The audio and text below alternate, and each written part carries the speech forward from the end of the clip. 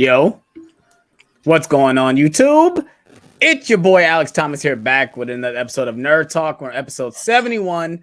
I'm here with these awesome people today. I'm here with Mind of a Nerd. What's going on? None, man. I worked, and I'm very pumped for this Nerd Talk. Yes, sir. I'm here with AJ Reacts 2. What's going on? What is happening? Yeah, I'm AJ of AJ Reacts 2. Yes, sir. Kevin. Excited. What's good? What's good? Doing good. And we got Luke from Luke Reviews in here. The man, the myth, the legend. Good morning.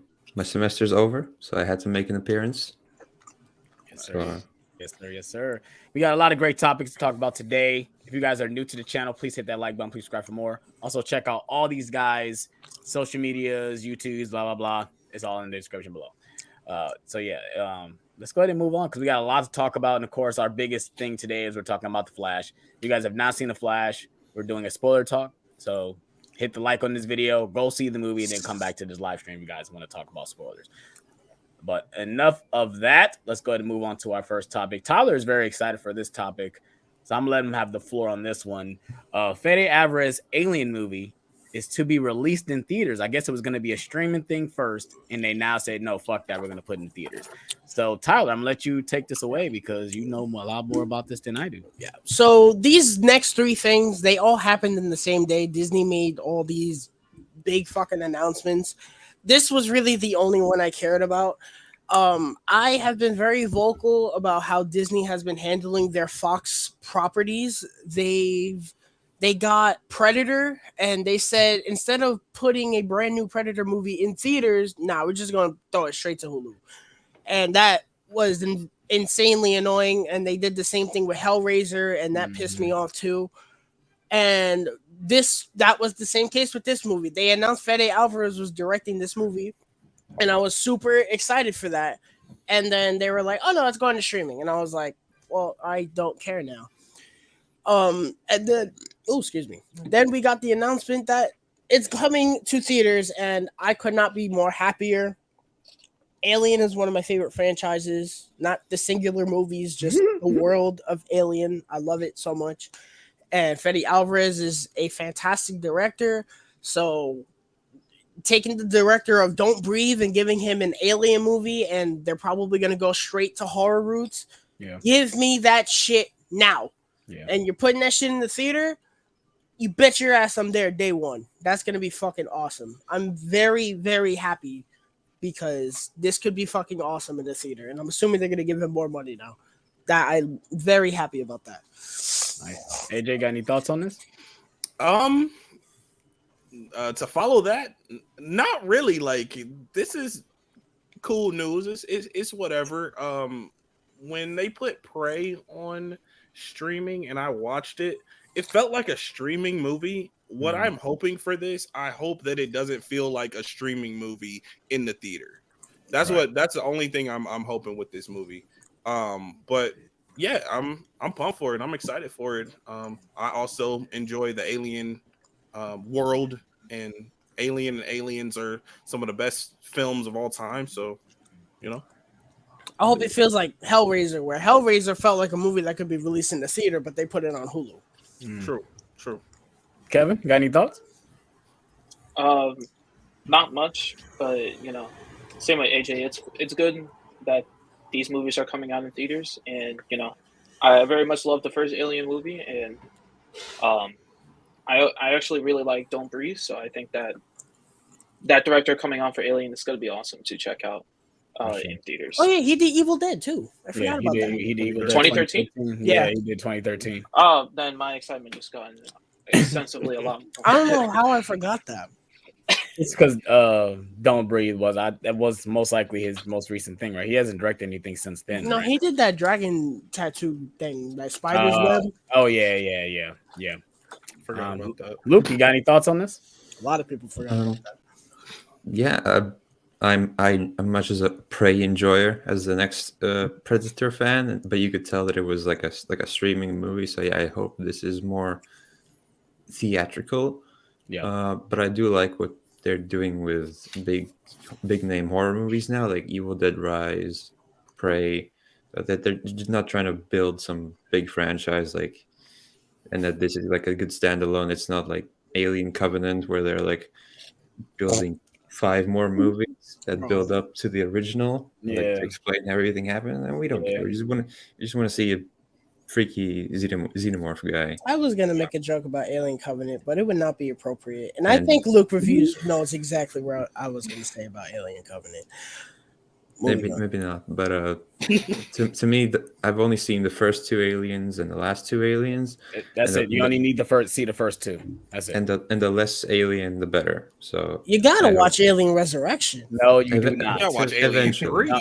I mean, you can watch it, but you're gonna regret the 2 hours of your life after watching it. Alien 3 is not that bad. You gotta watch Alien 3, man. I'll tell you, just watch the kill counts. I have watched the kill counts. I haven't watched the kill. I've watched the entire Friday the 13th and kill counts. Watch the kill counts. That's it. You go get the enjoyment out of it. That's all what they are. But yeah, so yeah. For me, I think this news is great. To me, I always say go to the theater. I was talking to one of my buddies. He's like, "What do you prefer, streaming or theater?" I said, "Theater, of course." I mean, Tom Cruise in the stream today. Like, you have to. These movies have to make money to keep making movies. Like, we don't know exactly how many streams, like, you know, and stuff like that. When it comes to how much money be made from a stream, it's different. We're paying money for a ticket. So I'm always saying theater first before stream. Speaking of Tom Cruise, the first reactions to Mission Impossible: Dead Reckoning are very positive, as if we expected anything else. I mean, yeah. You know. Yeah, I mean, it's not like it's only one of the greatest action franchises of all time or anything. You know, it's not like it's got Tom Cruise in it. You know. Yeah, it's crazy. So yeah. If you guys got any more thoughts on this, let me know what you guys thought about it in the comment section below. Are you guys an Alien fan? You guys like the franchise? You guys hate the franchise? Let me know in the comment section below. Let's go ahead and move on to our next topic. And I'm surprised you didn't just put both of these together since they are connected to Disney.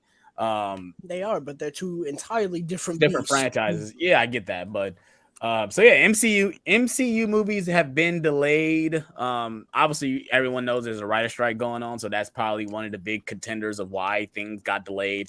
I'm hearing that the Daredevil literally stopped production, like it halted, like no more production. It said indefinitely at that. So it's kind of scary knowing that this has gone this far. I'm hoping they come to an agreement and just hurry up and just. They won't, because they made a statement basically saying we're not fucking agreeing to this shit. Yeah. Now I was hearing that also the DUG, the Directors Guild, the whatever, Directors Guild is not going on strike, which is good. But I don't know what's going on with this writer strike. But yeah, so I don't have all the dates pulled up, but. One of the things everything got delayed. One of the things I saw was that House of the Dragon season 2 has already been written, so they're gonna go ahead and film that and put it out. Yeah, I think everything that has been written before the strike is good to go. Yeah. Everything that is in pre-production when it comes to writing, no, it's been stopped. So I think House of Dragon season 2 was safe before the strike, which is good. I want House of Dragon season 2. Venom 3 is moving forward, but granted, that movie will probably be written by a robot. Yeah, for that one. Yeah. No, I guarantee you, they're gonna do the Quantum of Solace thing, where Tom Hardy's gonna be writing the movie as they film it, because I can see them doing that. I can definitely see a lot of movies doing that. That's how Let There Be Carnage felt. Oh yeah. I mean, it's gonna be bad because we're gonna see the proof in the pudding, knowing that these movies didn't have scripts to begin with. So I think the MCU is smart for delaying instead of let's just go ahead and try to make these movies out of script. Where it's like, no, that's not the way to go. Just, you know, there's a strike going on. Let's just move them back. Venom 3 is gonna be the Revenge of the Fallen of Hollywood. Hey, Philip. I'm looking at the release dates now. They're cool. Old ones. Everything is basically being moved up a few months in advance. So if something's in July, it's now November. If something's in November, it's now February. Apart from the huge gap between Avengers, Kang Dynasty, and Secret Wars, they're being pushed a year ahead, a year back.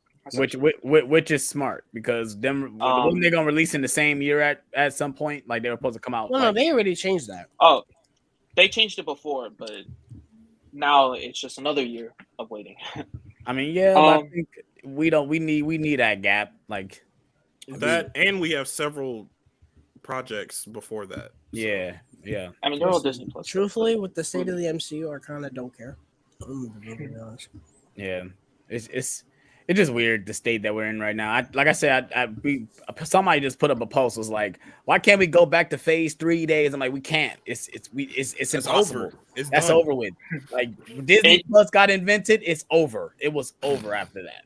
But I mean, I never cared about there being shows. It was just the fact that there's a whole lot. Many? It does care that there's shows because it's that gap when it's so much content being thrown in our faces. Like it was different when watching movies because we had to wait a certain amount of time for these movies to come out. We got a movie, then a show, like the next week. Overlap. Then 2 more shows. 6 weeks of content, and then we got a special here, and then a special. Yeah. That's how in November. That's how it is. Loki season 2 is coming out, and I think as of this moment, it ends the same day Captain Marvel comes out, or the Marvels, whatever.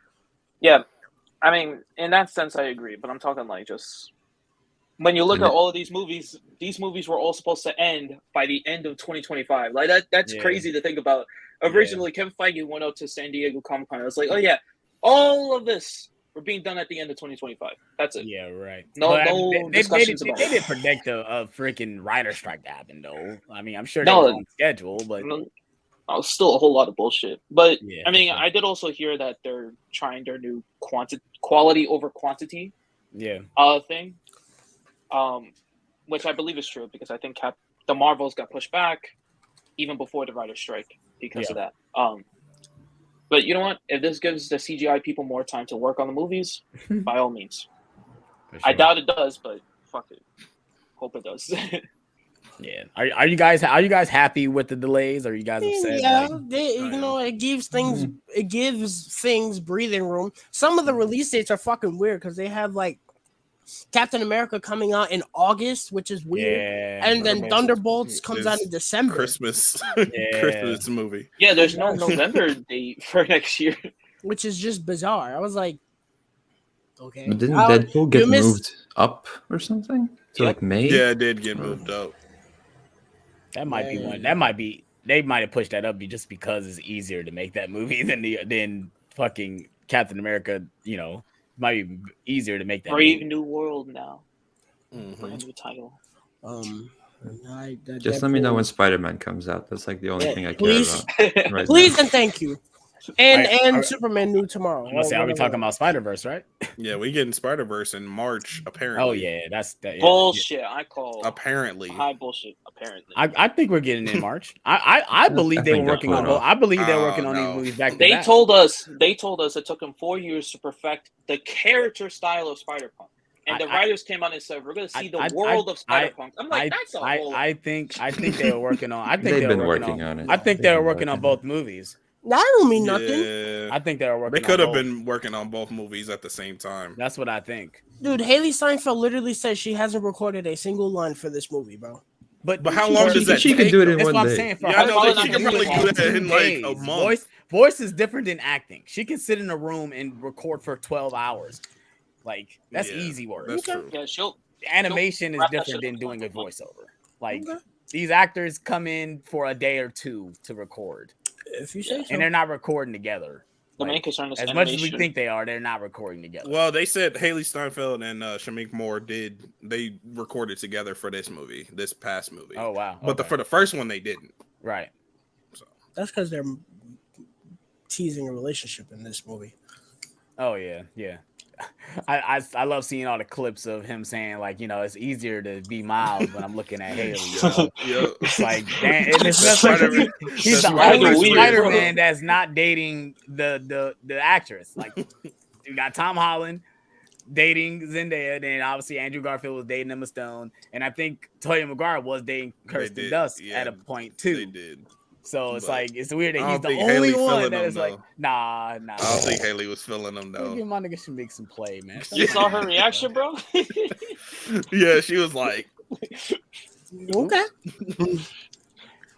he pushing it too hard. That's what it is. He got to be Yeah, a smooth little with bit. it. Yeah, But- that's A that little Spider-Verse bit. race. Yeah, just a little bit. Yeah, every interview though, every interview I've Every seen, interview. he'd have made a comment about it. And maybe that's a part of the marketing too. Maybe he just doing that to be funny, but I don't know. I think it's hilarious.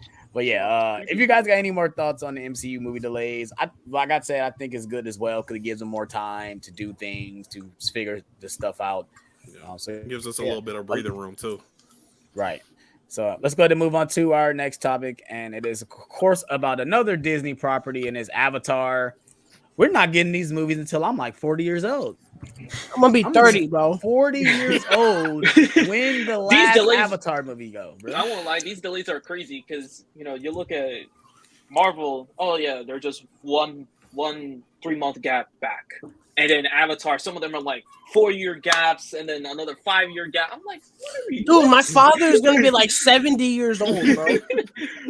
Like, bro. Zoe Saldana says she started the movie. She was 27, and the last Yeah. movie she's gonna be like 53. Yeah, Dude, she- I was That's 7. crazy. I was 7 when this movie came out. crazy. It's And now I'm crazy. gonna be almost 30 when this next one comes out. One of the longest running franchises. Who of all knows time. if James Cameron's even gonna be alive by Yeah, that point? Bro. yeah, I said the same. That's And what's he's weird talking because, about Avatar 6 and 7. Like, oh okay, no, he talked bro. about that before too. No, we don't need 7 movies, bro. Like, 2050. you see, the only thing was hard. I don't believe that he want to make all these movies. It took him so long to make the first movie. It took him so long to make it. Why go through that again and again and again? Like being in the I same. have some theories. To And I be get fair- it's about the money, and I get he loves what he does, but it's like that To has to take a be lot fair, out of you though. To too. have I mean, to I'm have pretty made 5 of the highest grossing movies of all time on your record before you die. I mean, bro. Shit. But they're all different movies though, besides 2. But they're all different movies. That's the thing. Like He still made them, bro. It's the same I- franchise. He I- still made them. I'm talking about the difference between other- Avatar and Titanic. Those are two different. I'm movies. talking about the first 2 Avatars, bro. They're 2 of the highest grossing movies of all time. I get that. But He's just talking about versatility and I'm talking about the variation. versatility of him. Like And- for me, we're missing out on what James Cameron can do You're because right. he's stuck in this Avatar universe. And I get he loves it. chose to built do it. that himself. He did. Yeah, I get that, and it's like I said, I just don't get it. Like I mean, get he's it. the one who said he It's made $2 the billion. story. He made the story under the condition that this was going to end in 5 movies or end in 5 movies. Who even knows? I don't think he cares. He's making billions and billions of dollars. Whether or not any of that comes to him is whatever. But Some of I it don't know. definitely He's- going yeah. to him. but the gap between 1 and 2, I don't think that matters for 3, 4, and 5 because the main reason for the gaps between 1 and 2 is the technology. The technology was just not that good for him to do it. Yeah. Now it's good enough for him to do it. That so was just I don't like think that it's an was the first Well, movie too. The didn't first he- movie was the same issue. He wanted to make Avatar in like 1999. Didn't he make? Oh my god! Imagine Avatar night. It would have looked like Tron, bro. It would look like it would look like Not well, Tron. it would look a little bit 1980s better Tron. than Phantom Menace. 1980s Nah, doing it it. probably Would would have have looked like the Tron, Flash. bro. You look like the Flash. We ain't there yet. We almost there. But yeah, go ahead. What were you saying, Toby? Oh yeah, didn't they film 2 and 3 back to back? I did. believe so. That's what James was Cameron thinking. said that there's a 9-hour cut. The original cut is 9 hours long. He wanted the entire 9 hours completely CGI'd to the max before he even cuts it down to theatrical release. And Because they're gonna release that on Disney Plus. That was a rumor. 9-hour cut of Avatar. Goodness gracious. Goodness. Now, obviously, we ain't got That's a that mini yet. series. We'll It's talk gonna about that be later. I'm how going to turn it it's- into a miniseries. But It's gonna be how Zack Snyder's Justice League should have been released. Yeah. This is crazy, man. But yeah, this is insane. But I mean, we're stuck with James Cameron If we Avatar hit for 20 another 10 to 15 years, bro. If we hit 2031 and we're finally watching this movie in the theater, But it will get delayed again. It'll be like 2040. 2040. he's If gonna it find out gets he delayed needs again, it's just gonna be comical at that point, bro. Somebody gonna have to He's- his assistant director gonna have to take over then because he's gonna be too old to do it. James Cameron's going to find out he need mocap in space, and they don't have the technology for that yet. He gonna mocap himself so he can get it made. It took him 13 years to get mocap in water. How long do you think it's going to get him to get mocap in space? Yeah. I'm guessing, like, look at Disney. Pixar isn't making any money, at all anymore. What is their last Disney It's the quality movie? of their movie. Strange World made like $2. Yeah. If this is like Well, biggest facts. Elemental made. Elemental had the worst opening in Pixar history, Tyler. Don't try to Hey. Come on, bro. E for effort, man. Come on. Nah, bro. if they can stretch this as it- long as they can, if they have something that makes $2 billion every few years, if they can stretch that another 10 years, It's okay. Yeah, It's gonna be worse when their next Pixar movie comes out next year. That looks fucking awful. Yeah, what's that movie called? Elio. Yeah, that's cringe, bro. That's too cringe, bro. And after seeing Elemental, shit. That trailer was so bad. I put it in the notes to talk about it, and I took it out because of how bad it was. That's how bad that trailer was. I said, "This is not worth my." I put Craven in the notes before that trailer, bro. Yeah. That's how bad that trailer was. But Terrible. yeah, this is crazy. But I mean, it is what it is. We expected this. Like I said, maybe he just doesn't have the technology he needs to do all this stuff, and he's waiting. No, I think the delays are more writer strikes and technical or just CGI. It could be 9-10 hour feedback cut. on Wave Water also, maybe. They're changing He's something. too stubborn to take feedback from anybody. That's true. He has never gotten feedback in his life that he listened to. Clearly, based on the storytelling of Way of Water. But he literally told. Well, it was Arnold Schwarzenegger at the time, but he literally told him, like, "Are you the writer? Don't fucking tell me to write and direct. Do your job." He literally told him that to his face. Like, don't fucking tell me how to do my job. You do your job. And Arnold probably threw him through a wall after that. Nah, he wouldn't have been a Terminator. He probably kicked him through the wall the way Mr. Incredible kicked that guy through the wall in The Incredibles. He wouldn't have been a Terminator 2. Maybe he was a robot. So yeah, if you guys got any more thoughts on the Avatar series being delayed, let me know in the comment section below. Let's go ahead and move on to our next topic. And since Tyler just brought it up, it's about Craven. And I want to give my thoughts first because I just watched it and I forgot about it. I'm like, oh shit, we talking about Craven. Let me go ahead and watch this trailer. I thought you meant you watched it and you forgot about it. No, well, yeah, I guess you could say that too. Because it looks like Morbius. It does look a lot like Morbius. Why the fuck is they giving Craven powers? This nigga does not have fucking powers. Well, no, He's no, an apex predator. no. I've seen I'll seen explain. people say that there are some comic runs where The way he gets powers is not the same. Yeah, it's radioactive lion is to me. It's like Got the radioactive lion. to me, it's like that's what people are calling it, the bro. reason why Craven is such an effective villain because he doesn't have powers. He's just really good at hunting, and that's why he gives gives the Spider-Man game. I agree with that. He gives himself powers temporarily, but that's not his main gimmick. Yeah, So- he has radioactive lion blood in him. Like, what the fuck? I like Aaron Taylor Johnson as an actor. I do like him as an actor. Do I buy him as Craven? Probably not. He just doesn't look like Craven to me. He doesn't. The poster they released looked cool, but I just don't buy him as Craven. It's cool that Russell Crowe's in this movie, but we know where all that box office is going. I mean, that's about it. I mean, I didn't really feel anything from the trailer. I guess they tried. You see, I love that show spiders in there. Like, oh, it's connected to Spider-Man. No, get the fuck out of here. And then at the end with fucking Rhino. What the? Move on. I'm done. Like, I don't know, man. Don't you want to know why they call me the Rhino? Sony just doesn't know what to do. If it's not Spider-Verse, they don't know what to do. I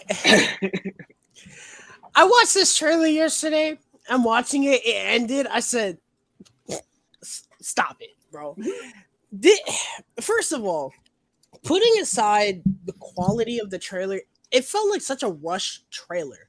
It was like it didn't feel like, and I think you guys know what I mean. It didn't slow down like a trailer normally does. Like, oh, a trailer's fast paced a little bit, and then it'll slow down to give you tidbits of a story, and then it'll kick back up again for the story for the action part, and then it'll end.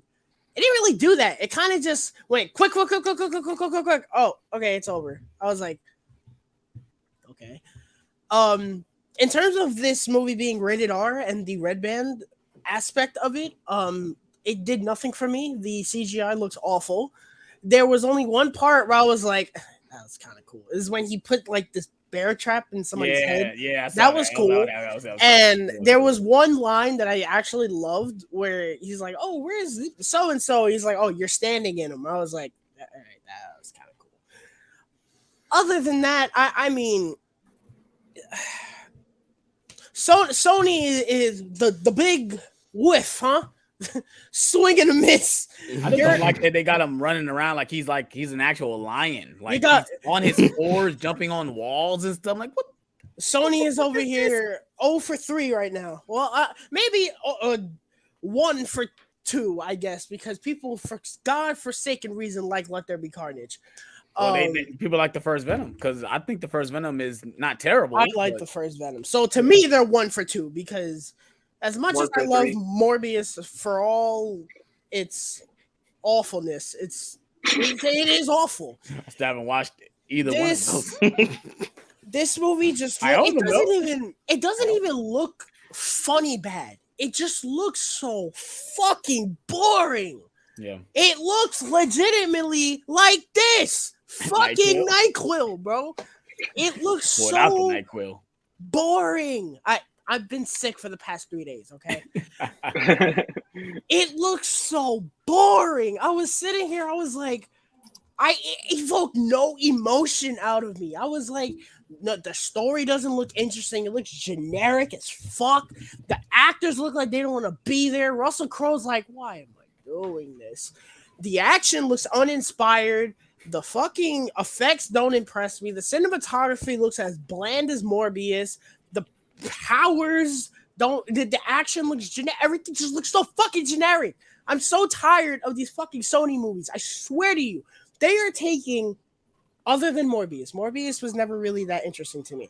They are taking some of the best Spider-Man villains and making them so watered down and so boring because they're so obsessed on like making them anti-heroes. Sony, if you're listening, your villains can be villains. It's possible. It's not a foreign concept. It's just like, I don't know who is at Sony. Like, I just can't accept the fact that Venom is a villain. I just can't. I cannot sleep knowing he fights Spider-Man. I just can't. I can't sleep knowing Morbius kills people in violent manners. I don't know. I don't know. This looks like I will blink and forget this movie. I don't know. It looks so just uninspired. It looks like AI generated. Legitimately. That's what it looks like. I don't know. Go ahead, AJ. How do you follow that up? I know, right? I didn't hate this trailer, but I will say, why is this movie happening? Yes. Like, why are all these anti-hero, supposed to be villain, but anti-hero Sony-verse movies happening? It's just like, it feels like a cash grab. Feels like what are we doing here? It feels even more like a cash grab, being that they actually made it rated R. Because I guarantee you, they did that thinking, oh, people are gonna go see it now. Yeah. Less people see but it. as far as the trailer, I didn't quite feel like you guys did. I didn't hate the trailer. People were saying it feels like an early 2000s superhero movie. That's kind of something that I've been longing for, because the way that superhero movies are made right now, I'm not really feeling them. Like, I have been enjoying them some. This feels like Green Lantern era. It don't feel like Green Lantern to me. It don't feel like Green feels Lantern. I'm not saying it feels like that. It feels like that era, like X-Men, Wolverine. Okay, yeah, like I can see era. that. I can see that, and I'm not mad. I'm not mad at that, actually. I'm not. But I don't know. You need to take a step back. Yeah, this trailer, the Red Band trailer was better than the Green Band trailer to me. I felt like the violence was kind of on point. I watched the Red Band trailer. I was feeling it, but honestly, I'm probably not gonna even see this movie in the theater. After Let There Be Carnage, I said I'm not watching these movies in the theater no more. I'm not. I didn't see Morbius in the theater, and I'm probably not gonna see this either. Right. Kevin? You know, it's whatever. I think I felt the same way AJ about it. It's Somebody's turning on the Yes, we could Craven the Hunter turning up, bad mouthing his movie. I wasn't about to run through the street. Let There Be Carnage and Morbius didn't really help their case in selling me this movie. It looks okay.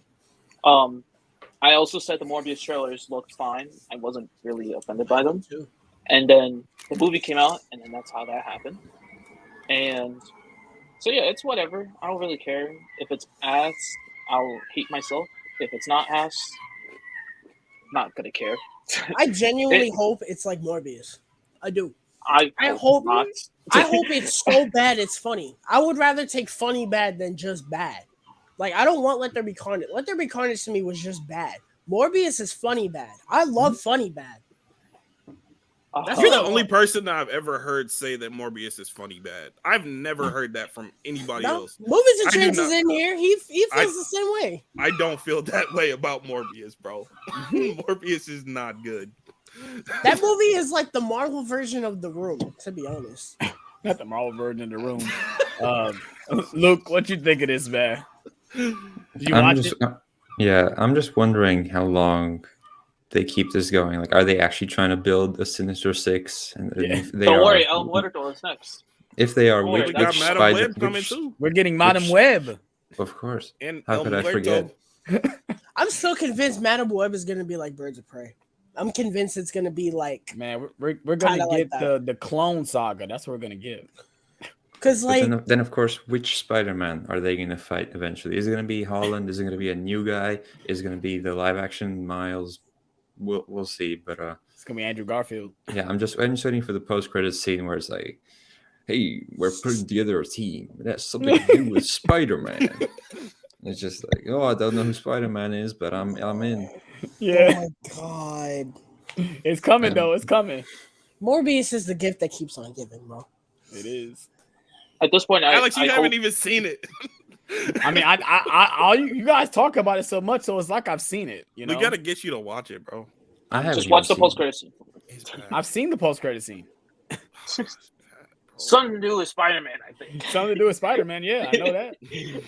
I'm putting together a team. What's weird is I bought it. What's weird is I bought it. I bought it day one. Honestly, after Across the Spider-Verse, shit, I might believe him too. That lenticular slip, though. I mean, how did if it takes 3 Craven Hunters for each Spider-Verse, that's a damn good deal. Take that deal. Right.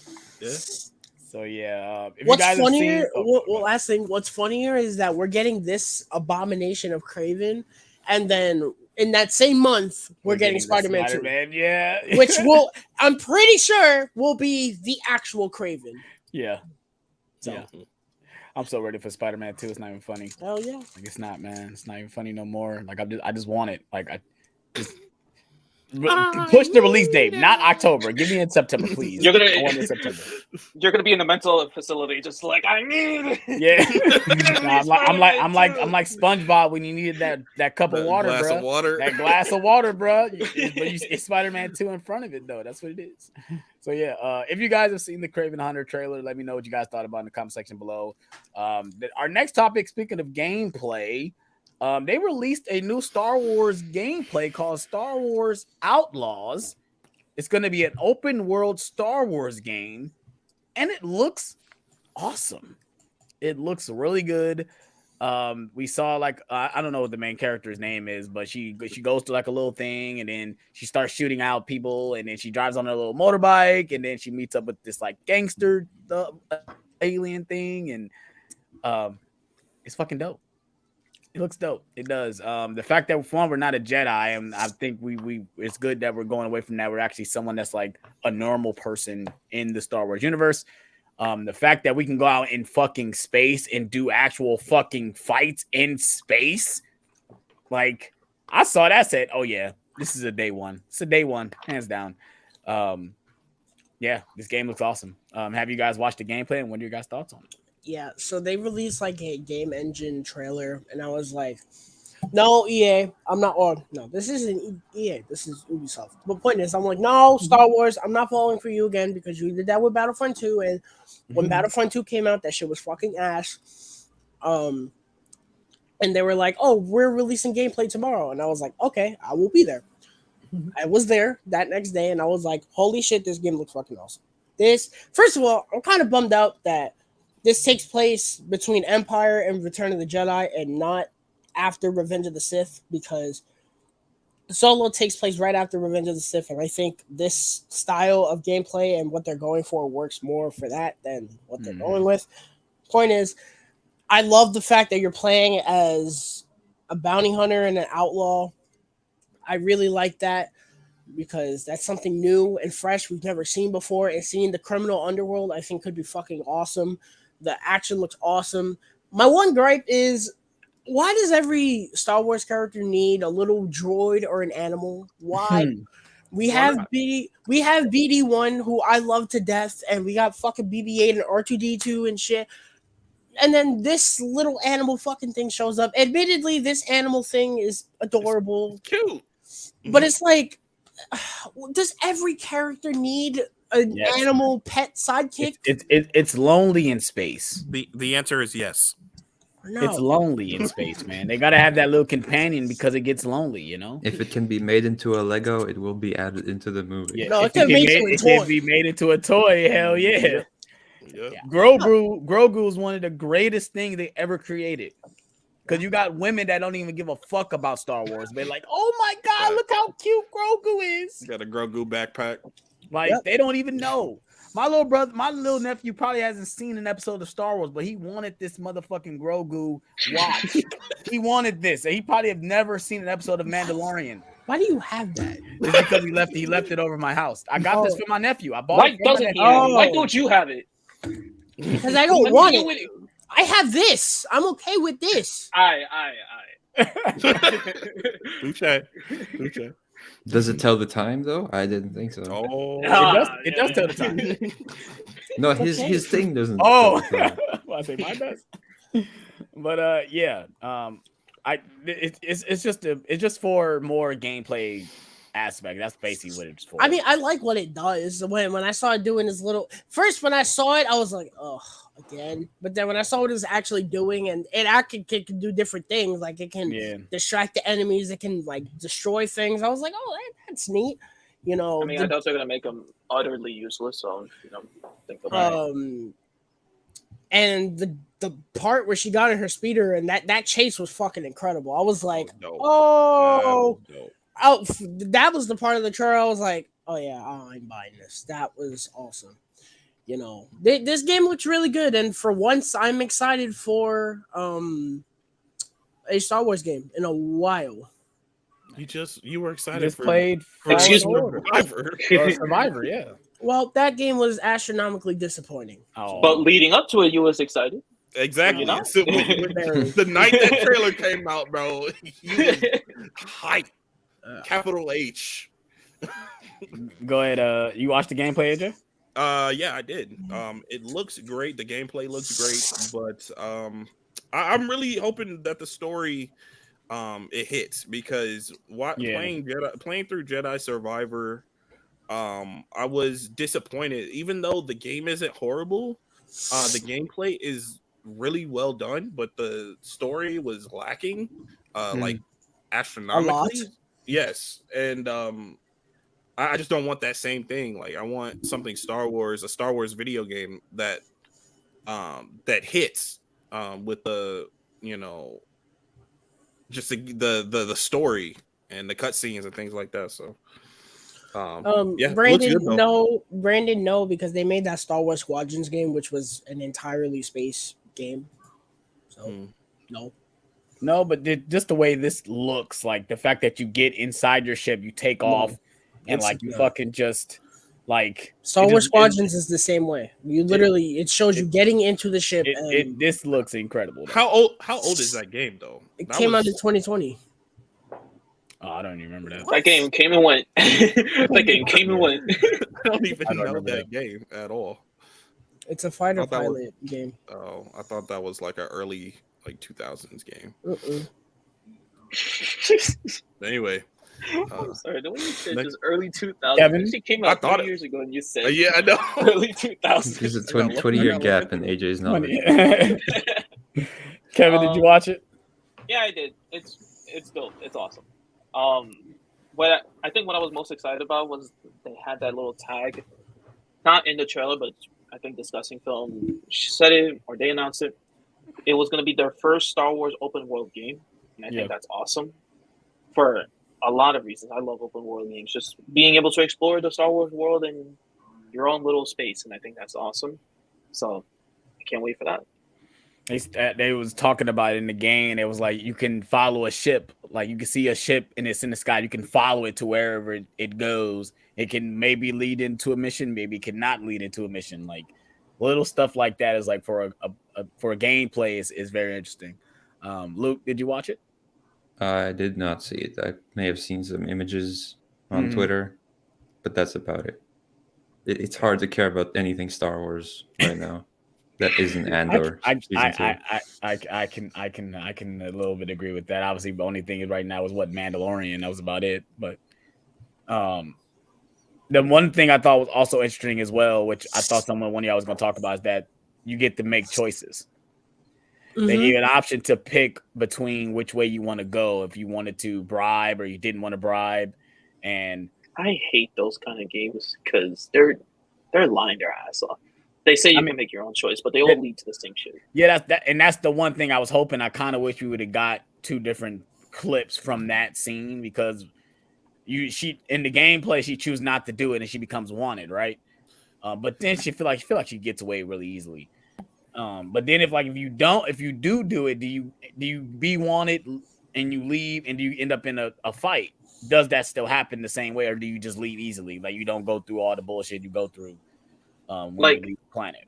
I will never believe anything that says you can make your own decision until they actually have story altering decision making in that. Yeah, but it'll have to be like I say the one game I recommend playing is Detroit Become Human, because that game really does affect when it comes to you making your decisions, and your game will end up very different than my game if you play a certain way. Man, Black Mirror Bandersnatch.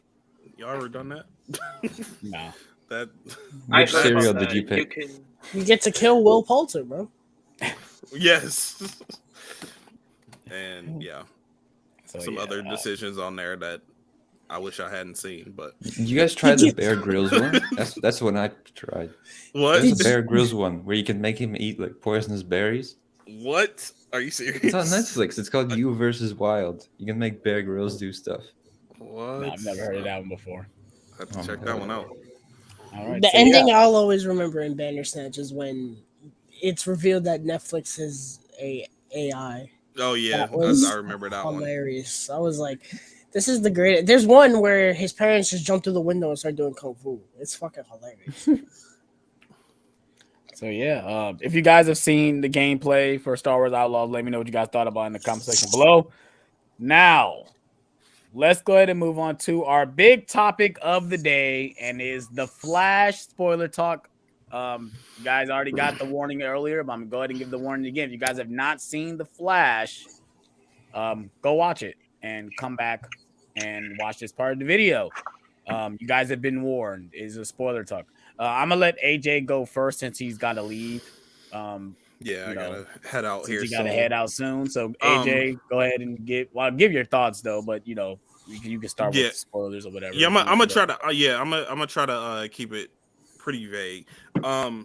So going into this movie, I was pretty skeptical because of all the controversies, and then we got some folks, early viewers, saying that this movie is amazing, the best comic book movie, and then we had leading up closer to the film release, like people saying, yeah, this movie is not very good. So I had like a lot of voices in my ear going in, so I'm like, okay, I'm gonna try to throw out all of that and just kind of like try to enjoy it for what it is.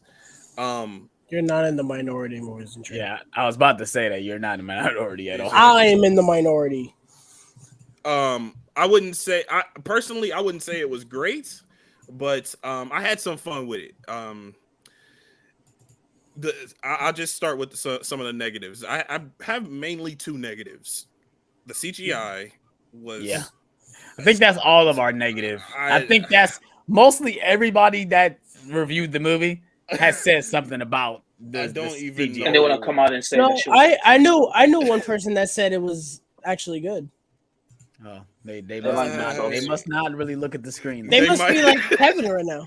Some things were good, but yeah, I would say like some of the CGI was fine. Like I was fine CGI with it. babies. And yeah, and other things were not at all. The whole, you know what I'm talking about. That whole sequence, whenever they showed that, like I didn't want them to show around them. I just wanted to see, what was practical.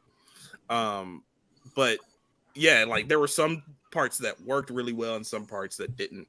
As far as the comedy, that's another negative that I had. I thought some of the scenes were a little too goofy, but some of the comedy actually worked for me. So, I just wish it was a little bit more of a balance there. And as far as the plots and everything, like I was feeling that. Like I enjoyed the story. I enjoyed the characters. Ezra Miller, I was skeptical going in. Like I said, I think they did a pretty good job in both roles. Michael Keaton, great, fantastic. Actually, I really enjoyed Michael Keaton in this movie. Ben Affleck and Jeremy Irons underutilized, but they were good. And Sasha Calle as Supergirl, I loved it. So even though she was in about 10 minutes of the movie, I thought she was great. So those are my brief thoughts, and I'm gonna head out. All right, AJ. All right, y'all. All right, yo. I'm gonna let Tyler go last since he's the one that's probably gonna bust an asshole for this movie. We're gonna let Luke go next. What was your thoughts when you came out of seeing The Flash? yeah, like AJ had many different expectations. Most of them hoping for good, but not expecting anything crazy. Even with Stephen King and Tom Cruise saying it's the best movie ever made. Nah, when Tom Cruise said that, you were like, yeah, I love Tom Cruise, but I wouldn't trust his opinion on superhero movies. I have a theory on why he loved it so much. I saw a great tweet that when he saw the Top Gun joke, he started laughing so hard he tuned out of the rest of the movie. So he couldn't Kevin Bacon. Oh, you mean the guy from with the gay guys with the yeah. No, I had a fun time with it, which is at least what I was hoping for. Was it like a great movie? Maybe not, but good character dynamics. Ezra Miller surprisingly very good in the movie. I did enjoy how funny it was. And maybe that's something that's left over from when the guys behind Game Night were supposed to do it, because there's still credit on the story. they were supposed to do it? If I believe. Yeah, the guys with the Game Night was supposed Damn, to that write makes me disappointed seeing how good Dungeons and Dragons was. It went through like 17 different people. Well, yeah, I knew before. that. I just didn't know they were one of them. Yeah. Yeah, I enjoyed it. I did too at one point. Kevin, what were your thoughts, man? I came into this movie just not caring. I don't care about people's opinions at all. So my expectations always is I want to enjoy my time, and for that they succeeded and I enjoyed my time with it. But I came in this movie, I came out of this movie with the same mindset. Thank the fuck God we're done with this universe. We're done. We don't gotta deal with this shit anymore. From this point on, other than Aquaman, from this point on, it's all James Gunn. It's all his thing. It's all his touch, other than Blue Beetle. But I don't even think that's gonna suffer that same consequence. But I came in. I was just like, it's an enjoyable time. Ezra Miller was really good. They really did it. Their chemistry with himself was awesome. I really enjoyed that. Sasha Kaye, I think that's how you pronounce her last name. Supergirl, she was awesome, but she was not utilized very well, which is one of the bigger negatives I have with this movie, because her and Keaton gave really good performances, really good. I don't want to say arcs, but just like really good development time. But they didn't have, they were just kind of thrown away come the third act, and I was just like, all right, that's cool, I guess. The ending, I thought, when we get to it, I thought that was rushed. I think that they could have done a much better job of just showing us what's happening. And, it felt anticlimactic by the time that whole situation was resolved. And, I was just there. So I think that overall, I had an enjoyable time with this, but I came in this movie, I came out, we're done with this universe, I'm ready to move on. Hopefully James Gunn gives us the goods, something that DC has been thriving for, has been needing for a long time, which is a good established universe. But we'll see. Yeah. Tyler, go ahead, bro. First of all, before I just want to commend everyone who worked on this movie, because the development of this movie was fucking hell. The fact that this movie even exists and is kind of competent, I commend them for that. I'm sure it was not easy. I'm sure the fact that at one point this movie was considered being canceled legitimately was not easy on them. I commend every single person that worked on this movie, and I'm happy for them that this movie got made and they got to see their vision fulfilled and on the big screen. That being said, this movie was colossally disappointing for me. I enjoyed about 2 hours of this movie. I was like, this is decent enough. I liked the acting. I liked the story. It was engaging. It was funny. It was not offensive. I was like, okay. The third act of this movie was absolutely fucking horrendous and one of the worst third acts to a superhero movie I've ever seen in my life. And I cannot remember the last time I've seen a movie with so much potential fall on its fucking face, because it just did not know how to end. It legitimately did not know how to end. And it has one of the single worst final fucking shots of a movie I've ever seen in my life, to the point where it's like my enjoyment went from here to here in a matter of 10 minutes. And everything that came before the last 20 minutes of that movie to me just did not matter. It really didn't. All I was thinking about was the entire third act and how rushed, lazy, and just fucking horrible it was. But the movie as a whole is okay. It is okay. I liked it about as much as Shazam, only maybe a little more because I didn't predict the whole fucking thing based off the trailer. But beyond that, this was yet another dud in this fucking slug of the DCEU that we've had since Black Adam. This was just completely disappointing, and with the potential this movie had, going based on the storyline it was trying to adapt, disappointing. And I truly do not understand what the fuck people were smoking watching this movie. It's one thing liking it, saying it's one of the best of the DCEU, and saying it's one of the best of the DC things, period. I mean, what the fuck are you smoking, bro? I don't know. I don't know. Again, liking it, I can understand that. But saying it's one of the best of the universe? No. I'm sorry. No. Yeah, it's funny because when I'm watching the movie and certain scenes happen, and I'm thinking in my mind, I was thinking about John too, and I'm like, they're not gonna like this movie, like just by the tone and certain scenes. And I'm like, Tyler's gonna hate this.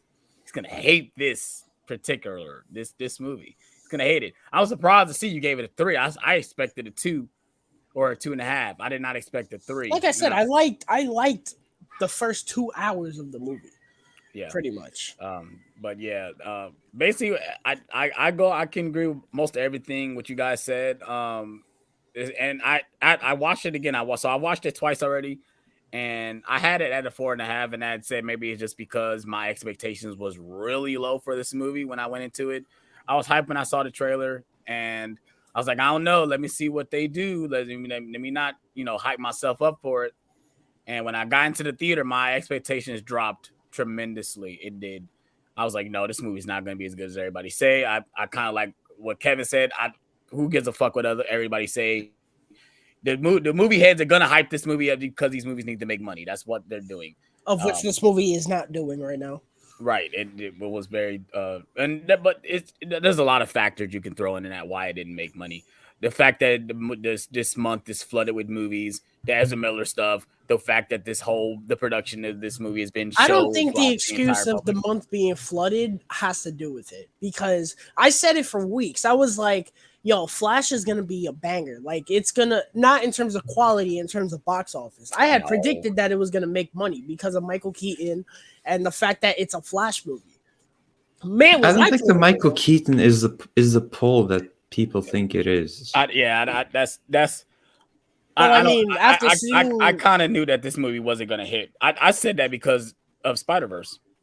So Spider-Verse was such a surprise that more people are still talking about it. Like, people are still talking about this movie, and no one's really talking about, like, oh yeah, the Flash is coming out.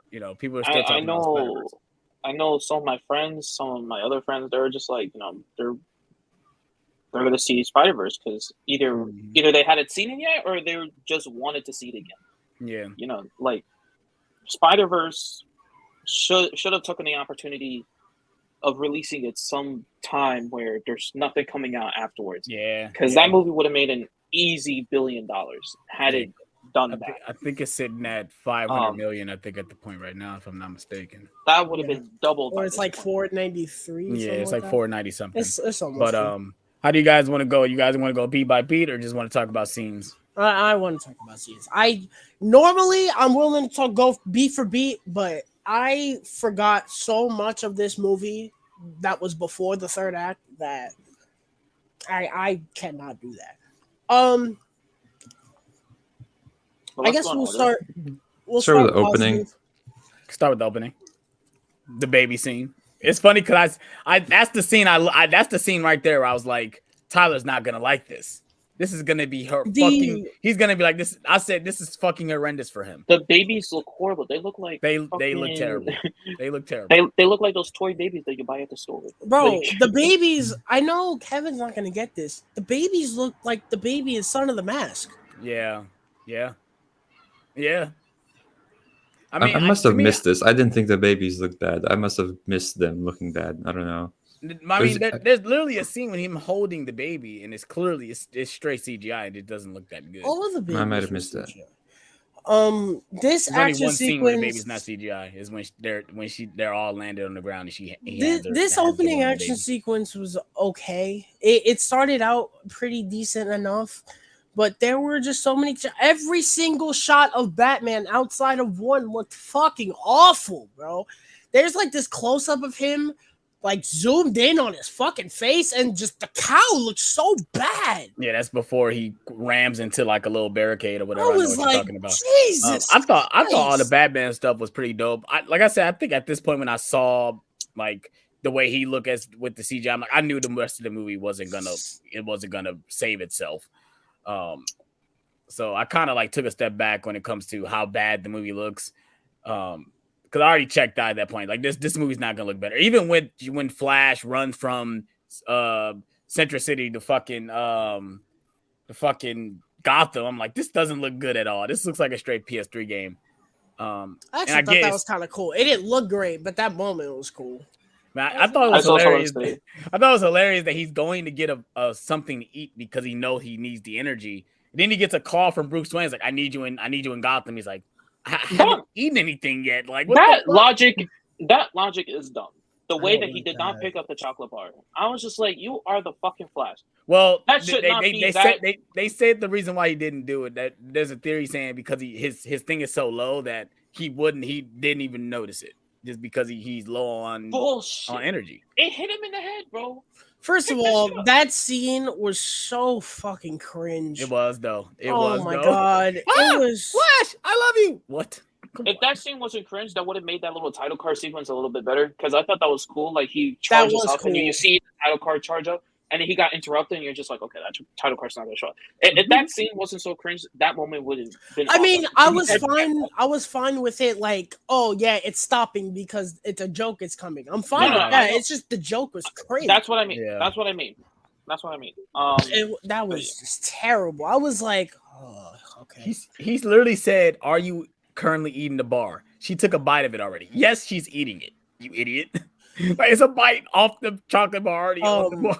I will say this. I enjoy the style of this movie in terms of it being a comic book movie. If you're a fan of the Raimi Spider-Man movies, I don't know who isn't. I don't know how you didn't make that connection. Okay. I made that connection. I was like, this is very much inspired by Raimi Spider-Man. Like, I kind of miss those kind of movies, if done properly. So I actually like that, which is why I'm kind of interested in seeing how Andy Muschietti does Batman, Brave and the Bold, because I think a Batman movie in this style could be kind of cool. Obviously not goofy, but this opening action sequence was fine. When Wonder Woman showed up, I felt nothing. I was like, okay, she's here to collect her paycheck because that is all she is to this franchise at this point. Yeah, she's just a body to show up. I might as well just use a standee for her. I saw someone tweet this out. Like for how badass her OST is, they use it a lot. Yeah. In these movies. I'm like, goodness gracious. Bro, when that OST showed up, I'm just like, yay. There are only two people. There are only two people on this earth. Said, yay. Three. There are only three people on this earth who know how to use that OST properly: Zack Snyder, Patty Jenkins, and Hans Zimmer. I say Hans Zimmer because he remixed it for Wonder Woman 84, and that shit slaps. And I saw someone tweet out responding to it, and I thought it was hilarious. Where someone's just like, "Oh, literally a child's funeral in Shazam." Gal Gadot, hey guys, I'm just like, think about it now, like that's dumb. What I did like about the opening is like just having like an established world where Justice League characters can show up. Yeah, like, that's nice. And then I remember, that. this is the last one in the universe. What I was just about to say is like it doesn't really like we can't get hyped for it, knowing that these characters can just show up like that. Like, yeah, it should be cool that Wonder Woman shows up, but it's like, oh, it's not cool because it doesn't really matter. Like, we all know who to blame for that one. Yeah. I also found this line dumb. Flash was just like, why do I like? He had some random beef with Batman because he was just like, "Oh, why am I always your clean your mess up guy? Like, why am I always like that?" Batman's mad old. He said, "I'm the janitor of the Justice League." Yeah, and I'm just like, why does that matter? It's always a Batman mess. I'm cleaning up. It's like, well, for one, you're the fastest person on the planet, so you can get there quicker. Superman clearly was handling something else with a volcano, so he can't come. He was handling that shitty ass CGI. That's who knows what the fuck Aquaman was doing, and I guess Wonder Woman was doing something because she shows up at the end of the whole situation. I ain't gonna lie. I caught the little like they both said hey to each other, so it's like, was they in the relationship or something? I don't know. I don't care. What? That whole truth thing was just painfully just. What I do care about was Batman's suit looked fucking awful in this. I was just about to ask you what you guys thought of the suit. It looked so fucking awful. It looks weird. Holy shit, dude! It looked legitimately. I don't know if you guys are gonna get this. This is the era I grew up in. It legitimately looked like a Transformer Halloween costume. And what I mean by that is the chest plates looked so plastic and just cheap. I was like, what the fuck is this? I like the color. I like that they went blue. But it's just the gray and blue. Yeah, I like the gray and blue. I thought that was a nice little touch. The color But was I agree. the color design was fine. There's just all that extra shit his on chest it. plates was not good at all. Like people complain about extra shit on costumes. I never agreed with that to an extent, but this is the definition of extra shit on a People costume. bitch about the Batman v Superman costume, and I'm like, that is one of the best comic book costumes ever. Yeah, and it's so simple. Yeah, that's one of the best costumes put on screen. Less is more. For sure. I agree. But if we're talking about costumes, I think the Flash costume is a massive downgrade. Oh yeah, this costume. I do not like his costume. It's his in head. This movie. I don't like. helmet. I don't like the body. I don't like the whole Yeah, the they body put that suit. close up on. I don't him. like I'm the just bodysuit. That head is so weird. I don't like It's the way his the bodysuit cowl. looks. The body I is don't like okay. I don't like it, man. But I don't love this either. I do have my Flash phone. I don't love this either. Mm-hmm. You It's didn't okay. like the okay the Justice League costume. I like the Justice League costume. I don't hate it. It's okay, but when I had to say, yeah, that's the superior live action Flash costume, that's fucking sad. So basically the setup of this movie is Barry wants to run back in time to save his mother, Flashpoint. I thought this was the most half-assed, and I know this wasn't an adaptation. It was taking inspiration. The point is, you still took from it. This was the most half-assed attempt at trying to, I guess, pay homage to this story. It was like they had the setup, and that was it. And I know you weren't going to have Reverse Flash, although you fucking should have, in this movie.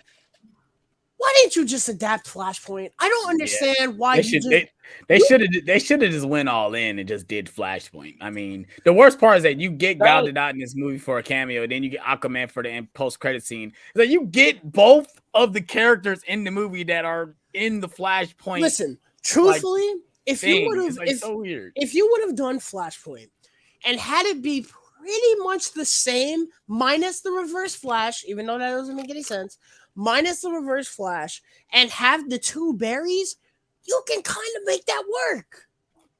And take out Zod and Supergirl. Oh, yeah, you can keep Supergirl in there. But if you take out Zod and you keep the two Barrys, you can kind of make that work. But we got what we got.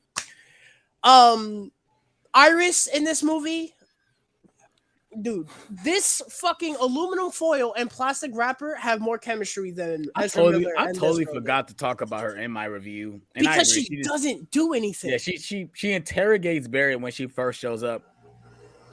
And then she shows up again, like, oh, I just want to talk.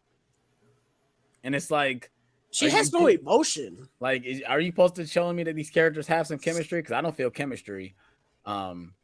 But one thing I did like is that this movie confirms that Zack Snyder's Justice League is actually the canon Justice League, not the Justice League movie, because she talks about, oh, I think I saw you. And obviously she's talking about when he saved her from dying.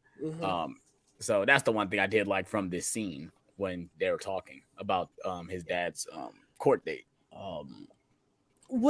Speaking of which, that court date thing, that's weird for me. Because you're gonna trust you're not gonna trust the alibi of someone because they don't look up. I saw someone mention this. Where's the receipt from the tomato store? Yeah, like you're buying. What was this? Spaghetti tomato store. It's a supermarket. Tomato store. No, I don't know why I said tomato store. I can tell you right now that receipt most likely got thrown away because I throw away receipts right before I even get to the car. I get that, but it's well, I mean, they were living in. I'm assuming they're living in 2023. Digital receipts are a thing. Credit card usages are a thing. Yeah. Unless he paid with cash. He might have paid with cash. If he was only getting a can. At the time of the incident, it wasn't right digital. Because he was little, right? Wasn't it 2013? Did they confirm? No, because he was a little kid. 10? No. No, I'm saying Mid 2000s. Mid 2000s. They did not say 10 years Yeah, ago. because If they said 10 years 2013 ago, was that when would Man of Steel took place in That's what he 2013. mentioned. That's when he got his powers. Yeah. This was definitely early 2000s. Right. So I don't know. They don't that confirm point- a lot in this movie. No, they didn't expect you just to We'll talk about but that. either way, that was gonna again. I feel like there's a lot of different avenues you can go other than the heads up. It's so easy to just say he was there in the moment. Why do you have to give him an alibi? Just say he's there. That's it. It's because you have to have evidence to see his face. It could be any guy in that hat. Like, that's just like when a police looking for a suspect, what they say, they're looking for the clothes. They're not saying, oh, we're looking for the exact face. They're looking for the clothes. You know, Well, and I they know, gonna but see I'm if they just see like, I anybody don't with think I that needed that. description, they're gonna get that description. It's not I- might not be the right person. Yeah. I don't know. I just never understood. I guess it's just the plot line of Yeah, trying to get his dad out, yeah. giving him an alibi. I'm like, we don't need that. That has no purpose. You can easily make the same whole parent dynamic thing in the Flashpoint with his mom. Because I thought the scene with his mom at the end, that was pretty cool. I kind of like that. Yeah. I most of the stuff I don't know what's going on with these movies and multiverses and moms, but I thought all the stuff with his mom was good. Yeah. I really Yeah, enjoyed but the with actions. his dad, I was I like, didn't expect it to be Spanish. I was like, oh, Yeah. I was thinking I of saw- the Spider-Verse. I was like, oh, they like did they take a I saw Spider-Verse? somebody say that the actress is Spanish, as in Spain Spanish. So I guess in that sense, it's not directly Spanish, but Right. 2023 is crazy. I guess so. Bro, I just watched Twilight last night, bro. I'm on a Twizzlers kick. Leave me alone. Yo, I need to watch Twilight. I don't know. I've been in the mood to watch those movies too. But go speaking ahead. speaking of the Flashpoint thing, they confirmed, the writers, a few days ago, that the person who killed Barry's mom is Reverse Flash. And I'm just like, this makes no sense at all. That's what they said. They said the person who killed Barry's mom was Reverse Flash. They just never bothered to show it or mention it. It was just Reverse Flash. I guess That makes That's the movie worse. dumb. that makes the movie That's worse. fucking dumb. That makes the movie worse. It Yeah, does. it's funny how they just gloss over it. If you're like a general Yeah. audience member and you don't know the Flashpoint story, who? you're like, who killed her? Like, this is an unresolved thing, and They're we just won't get a like, oh, sequel because it made like $7 all over the But- whole weekend. Since we're talking about the Flashpoint thing, what are your guys' thoughts of when he first like breaks the barrier and figures out he can go back in time? What were your guys' when thoughts when you guys somebody- seen like the Wait, Coliseum? wait, wait. Before scene, like, before that, I want to talk about the scene where I think was he on the phone with Bruce, where he went back to his house. he was on the house. phone with his dad. Or his dad. Yeah, I like that scene a lot. That was good. Yeah, the 'cause that's the human flashback. We get the flashback with the mom. the human character moments in this movie I think are very good. Yeah. The emotional moments are very good in this movie. Yeah. I think all of the acting, minus one person who unfortunately I have to say was not very good in this movie, was good. You know, the main characters were good in this movie. So I did appreciate that. Despite this movie being disappointing, I did appreciate that all of the actors minus one seemed like they wanted to be there. So that scene was very good. Then go ahead. Sorry. I saw someone mentioned before we saw the movie. I think I showed you the tweet too, or you showed me the tweet where somebody referenced the Thor shot of Heimdall's son. I think it was his face, and I'm just like, okay, that was okay. So I guess the CGI is going to be bad. But then when that moment came out and his head popped up, I'm just like, oh, yo, that's what they meant by it. Yo, he looked over at me. I said.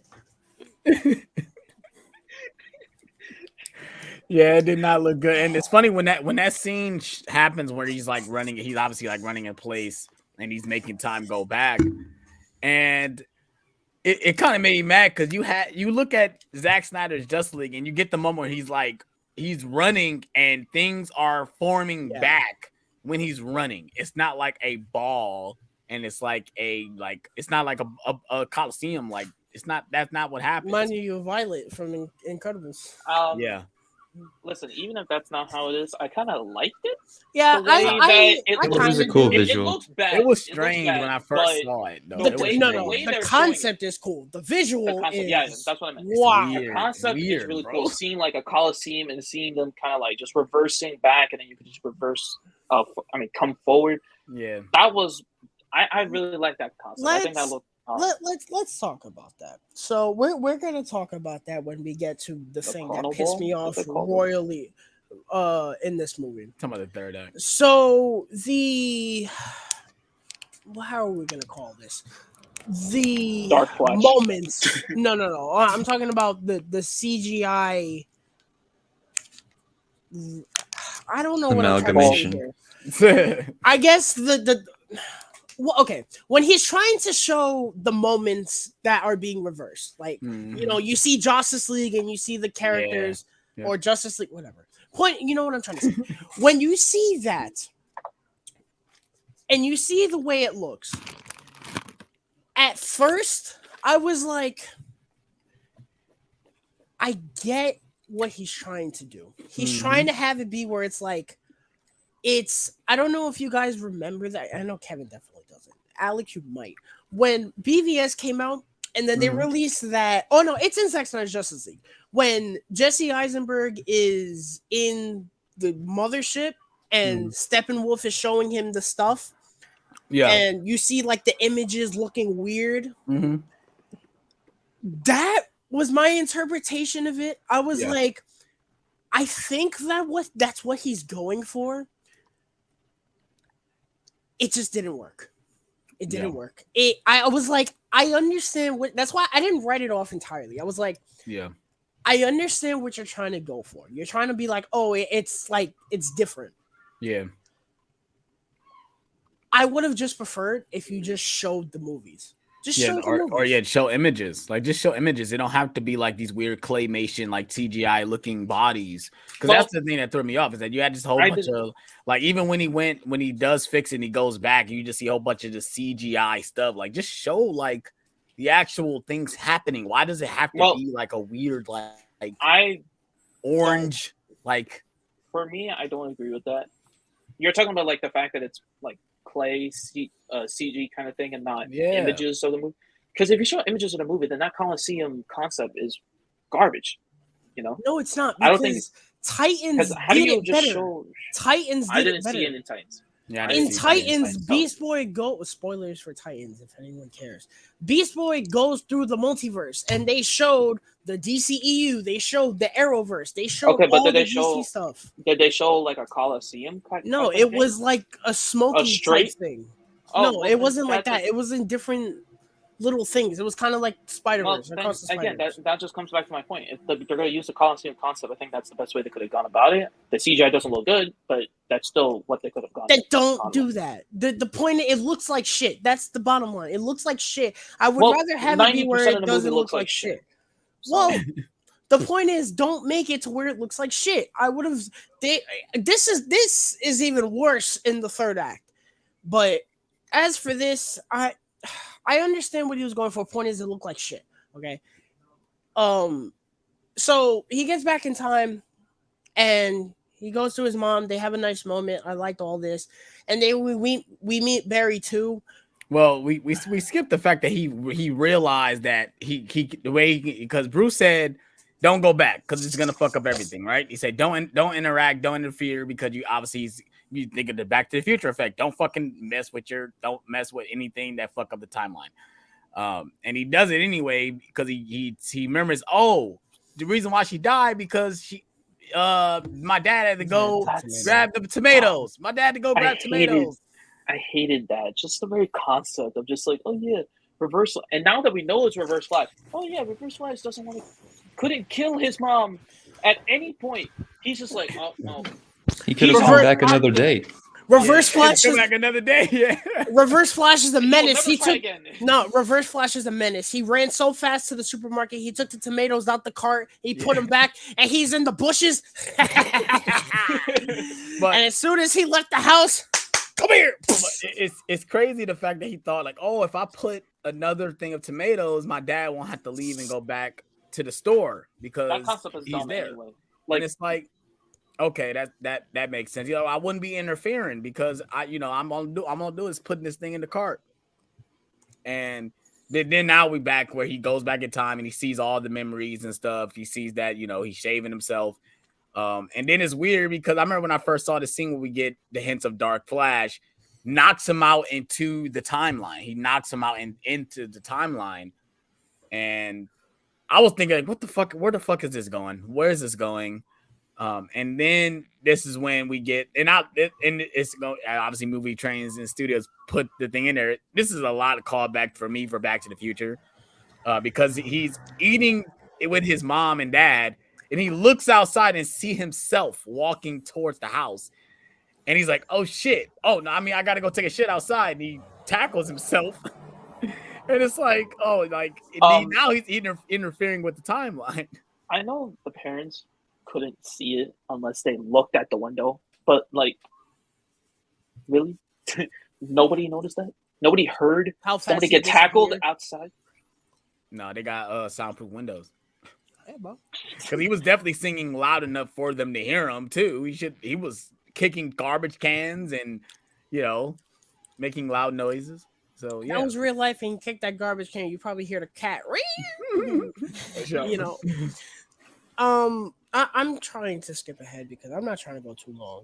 So basically, he informed Barry 2 what's happening. Blah blah blah blah blah, and he's like, "Oh, this is the night I'm supposed to get my powers." So they go to, I wish it was fucking Central City and not Gotham City. I was like, this is so stupid. Why just make it? It is Gotham City that they're at. It doesn't make any, that doesn't make any sense. I know. That's where he was interning at?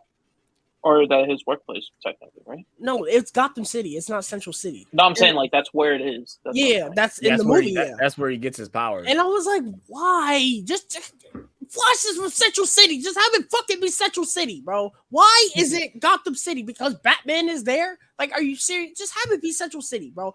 Can you do anything like the comics for once? Jesus. It's weird because he tells Flash, like, he went to Metropolis. It's like, I don't know. I don't know. It's so weird. Now you have to put the Flash was there in the Man of Steel sequence too. It's like, oh my god. That part I didn't mind because again, this was like nowhere near where Man of Steel is taking place. So I'm just like, it's just like, so it's like they're just adding things doesn't affect it. Now, granted, the Flash was new at his powers. I can put this aside. Point is, these Justice League people must fucking suck, bro. Because you're telling me the Flash and Batman were in Metropolis during Man of Steel and saved nobody? Well, Batman saved one kid. Saved one girl. He saved that one kid, and then Batman saved the kid too. I guess the kids are the only ones that matter. Yeah, Flash saved the kid. Yeah, Flash and Batman saved a kid and said the parents are done. They saved the same kid. Yeah, Rip Bozo, fuck them. They didn't say that. They didn't save the same kid, but they both saved a kid. You're my kid now. Yeah. I don't know. But yeah, we get that flashback. I like that. I like that they showed. Like, oh, I was new, so I could only save one person. Mm-hmm. But now, was this scene in? I might retract that because I don't think this scene was in Zack Snyder's Justice League where he goes, "Oh, just save one." Was that in Zack Snyder? That was in I know it was in Justice League. He didn't. That line was not in. That sucked because I actually kind of like that thing. I kind of liked it. I think that line was taken out of Zack Snyder's. So I retract that. That would have been a plot hole if it was, because I would have been like, well, how the fuck can't you save those people, but you save that little girl in the Flash? Okay, moving on. So they go to Gotham City, and he's like, oh, if you stand right here and the lightning will strike you, it strikes both of them, and it takes his powers away, and it gives Barry 2 the powers, which I did not expect. I did not think he was gonna. I did not think he was gonna lose his powers. The lightning struck him. Yeah, because I have remembered I have remembered the scene in the trailer. Well, I remember the scene, but I didn't think that him getting struck by lightning would make him lose his powers. I thought that this is the way he was gonna get the second Barry was gonna get his powers. Like if he converged his body with his with lightning going through his body, I thought that's the way he got his powers. I figured It's one that of those because- superhero movie tropes where the character loses his powers and then he gets them back in the third act. Yeah. I figured that because it's like you're not gonna have the movie happen with both of them having super speed. Right. The movie wouldn't exist. So basically, they go to this room and they're sitting there and they're like, "Oh, all of these things are changed. We get this, which was fucking hilarious." Yo, this whole scene is awesome because he says like Back to the Future, like, "Oh, Eric Stokes has a great performance." He's like, "No, that's not right. It's Michael J. Fox." And they say, "You mean the guy from Footloose?" Like, That what? was funny. No, it's Kevin Bacon. No, Kevin Bacon is in Top Gun. It's like, wait, what? At that point, he noticed I broke the fucking universe because there's no way Eric Stoltz. I would have. Marty McFly. It took that to realize that. Like, he didn't think of that when he realized that he still has his powers, but his past self wasn't getting powers because he was never in that lab to begin with. Yeah, because a lot of people were. I feel like that would have been like I forgot who I was talking to, but it's funny because there's a point where Barry makes Barry get his powers, and he's trying to make the timeline line with what's happening. Like, he's trying to make sure things happen the way they happen. And once he found out certain things didn't make sense, you should have known that the timeline wasn't the same. Like, with both your parents being alive, that you should know that changes that changes a lot more stuff. Like, even he should have realized, like, oh, my mom's death was the reason why I got into forensic science. So now that she's not there, obviously my past self was not going to be in forensic science. Exactly. Brandon, they kind of do, only because I've had about like 20 of them right now. Much none. But I loved all this. What do you guys think of the phasing? Like him phasing through the wall. And that we was cool. See, like the molecules. Like that was really Sam Raimi to me. I was like, that cool. did feel like Raimi for sure. Even Kevin said it. He was like, "Oh, it was pretty cool." I love that he tries to do it after he loses his powers. Like he tried those. That to the wall. Was funny. That was probably the biggest laugh I got in the movie. He tries to run and he's just like, "I'm slow. I'm slow." The run dragged too much. It did though. I agree. It didn't work, and then he's still trying around the room. I'm like, oh my, we get it. It's not working. That was probably the biggest laugh I got in the movie, though. I was like, that's funny because they're making fun of how stupid he looks when he runs. Yeah. So after this, they basically confirm, like, oh yeah, this world has no Justice League members except Batman. And I forgot what line they threw in there that basically they were like, oh yeah, there's a Batman. Well, so he says the girl, the roommate said, I'm Batman. He's like, wait, what did you just say? She said, I'm Batman. he's like, there's a Batman universe? He's like, yeah, but no one knows who he is. That was cool. I was like, oh, okay. The roommates are hilarious. So they go to the Batcave or Wayne Manor. Go to Wayne Manor, yeah. And they easily get in, and I was like, wow, that security is top notch, bro. There's no Alfred. Dude, you're gonna be Batman and have no security when you're living in Wayne Manor. I mean, he's retired. I mean, he says in the movie Gotham is in one that of cupboard the most safe, for 30 years. Gotham is one of the most safest cities on the planet. So yeah. Oh yeah, they did say that. When they said that, I looked over at Kevin and said, I was like, wow. He doesn't need to be Batman. Batman succeeded. Yeah. Whatever Batman did. That's actually kind of cool. I was because we talk about it so much. We're like, why do people live in Gotham City? Yeah. Like, why? I always say this. I'm like, if you're still living in Gotham City after the events of the Dark Knight, you're asking for it. Yeah. You're at a freaking Gotham football game and you're just like, not again. Great. Now the sporting event is. Look what you did. Go ahead. I heard a lot of people say that they didn't confirm that this is Keaton's universe, and I call bullshit for the simple fact. I saw they confirmed it. I thought it was because I saw a breakdown from the Rockstars, and they showed all of his suits, and they were two specific ones, the one from the 89 and 92 movies. So I was just like, okay, so it's probably in that. It's not. This is not 89 universe. Everybody need to stop that. I mean, really? It's not Tim Burton's universe. I mean, truthfully, I don't care. It has no effect on the movie. Truthfully. It doesn't though. But this is not Tim Burton's Michael Keaton. It's not. So they go in the house and this maniac jumps them and he's got long hair and a beard. And I was like, It's a little goofy. it was, but I was like, oh, well, that's not how I thought he was going to come into this movie, but okay. Right. Give that bombastic entrance. Dun, dun, dun. Yeah, but the fact that we got the new Barry, obviously got his new powers. We didn't talk about all the shenanigans he caused when he learned how to use his powers. I enjoyed that. Which was very funny. good. Now That was funny. kind of funny. The fact that he's like, oh, how do you phase? He's like, oh, it's gonna take you a long time to do it. He just does it like with ease. I loved how he phased through the chimney and you heard doof. Yeah. That was hilarious. But yeah, I the enjoyed new Barry's like literally like just dodging everything. Like, yeah, oh, yeah, and I liked how he kept getting hit in the other one kept getting hit in the head with Yeah. everything. I was like, that's kind of funny.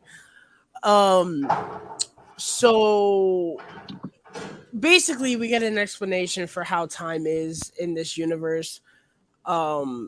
In a nutshell, That was my favorite thing. I love when people explain time travel with everyday objects. It made me think about, like I keep saying, it made me think about Back to the Future Part 2. Like when Biff got the almanac, went back to 1955, gave him the almanac, and he made an alternate timeline. That's basically what Barry did. Barry took the little tomatoes, put it in the cupboard, and he made an alternate timeline where everything that you know doesn't happen.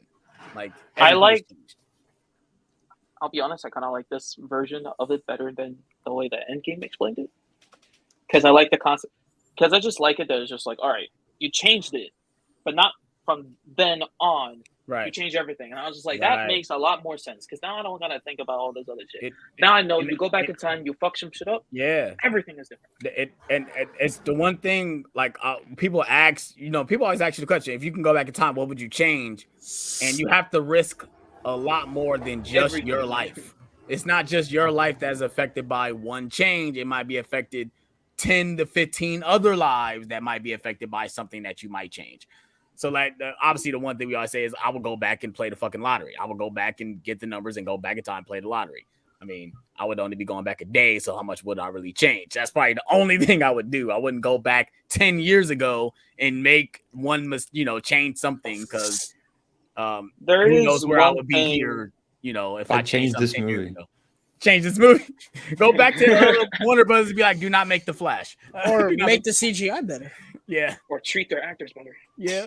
Fire Ezra Miller. I don't know about all that. No, he was good. One thing, can't lie, he was good. One thing I am confused about from the whole time travel business in this movie, and it always comes up. No matter what time travel movie you do, it always comes up. But there's one question I have. The point of the different universe, no past, no future thing, is that you have that now. It's two separate universes completely. But why is Barry in that same chrono ball? Like you never established if he was in the same chrono ball as from his universe or from a completely different one. I think he makes his own chrono ball. But this is why I think. Are you talking about at the end of the movie or just in general? No, just in general. Because in the beginning he changes the future, gets back in the chrono ball. I looks think like the same one. This is what I'm saying. I think it's like I keep talking about Back to the Future, but I keep saying like that's why Marty never changes because he's the vessel inside of the time machine, so he's not affected by things that is happening to him. No, so, like, not that. Not that. I'm talking about like now you have two different universes, and we saw in the end of the movie there are different universes out and about, right? Different chrono balls.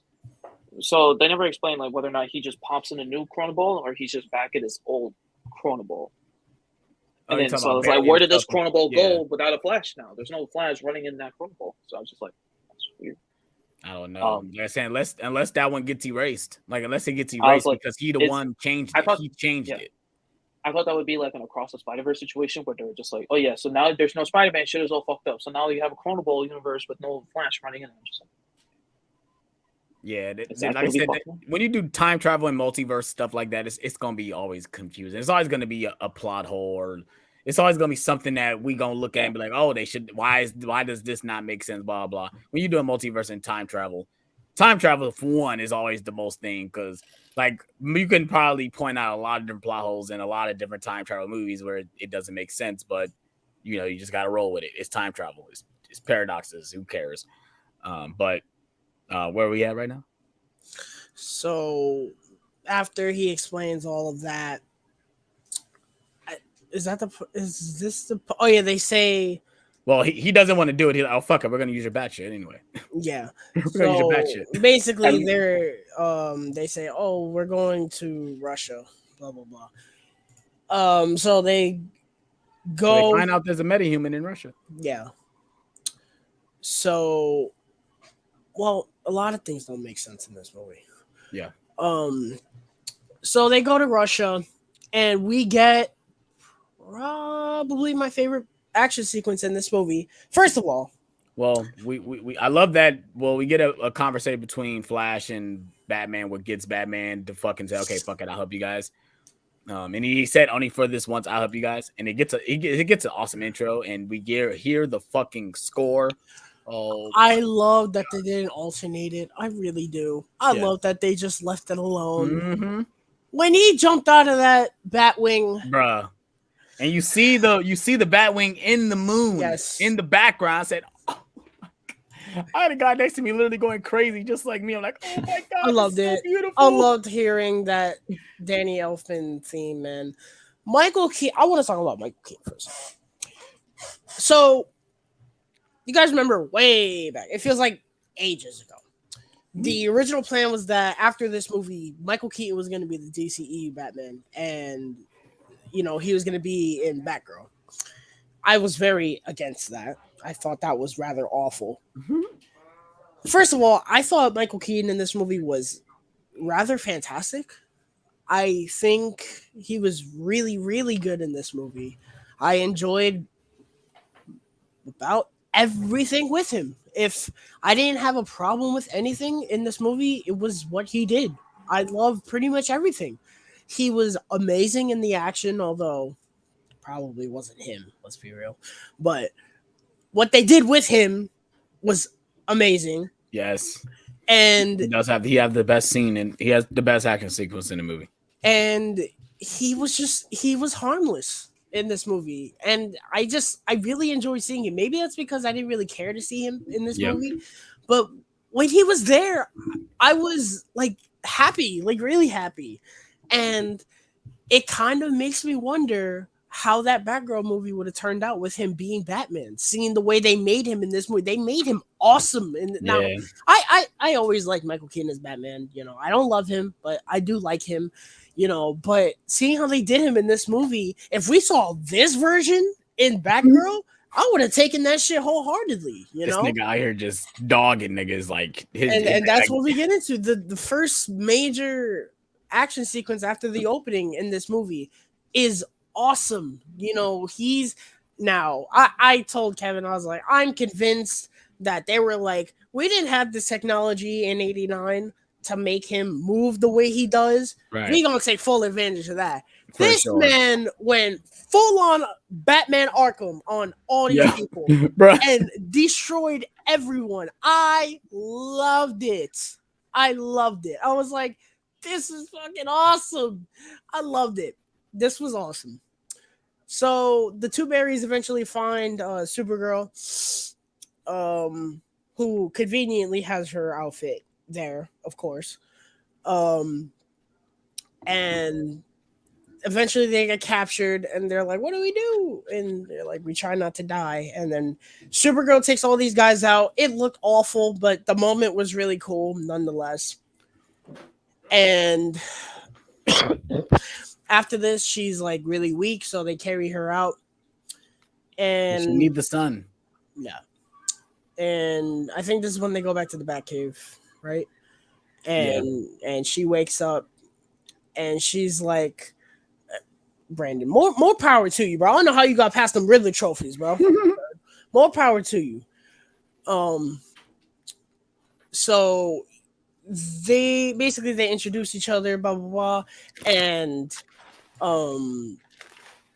she was basically like, oh, I don't know who you are, I'm out, fuck this shit. And she left. For the record, I thought Sasha Calle was good in this movie, although to me, she did fucking nothing in this movie. Underutilized. Beyond underutilized. That is not her fault in the slightest. I think she was just a fucking waste in this movie, though. She looks good. Yeah, the costume really grew on me, though. I really good sincerely hope that she plays Supergirl in that Me Supergirl too. movie coming out. I think that if James Gunn's gonna bring anybody back from this fucking universe, it's her. Bring her For back. sure. I would definitely love it. Enjoy it. So Barry's like, "Oh, help me get my powers back," and Michael Keaton's like, "Yeah, all right, I'll help you." So they do the thing from Flashpoint. Oh, before this, so Supergirl flies into the middle of nowhere, quite literally, and finds these Kryptonian ships, and out comes probably the person I was the most excited to see back, General Zod, played by Michael Shannon. This is going to be heartbreaking. So, He did not want to be there. Michael Shannon came out and said that this, in a nutshell, this experience as Zod was not as good as when he did it for Zack Snyder. Of course. And I can tell. I watched the interview. He was like, he was confused. He's like, what's going on? It's a multiverse. He done it. Like, I don't know what the fuck that means. Yeah. Like, what the fuck?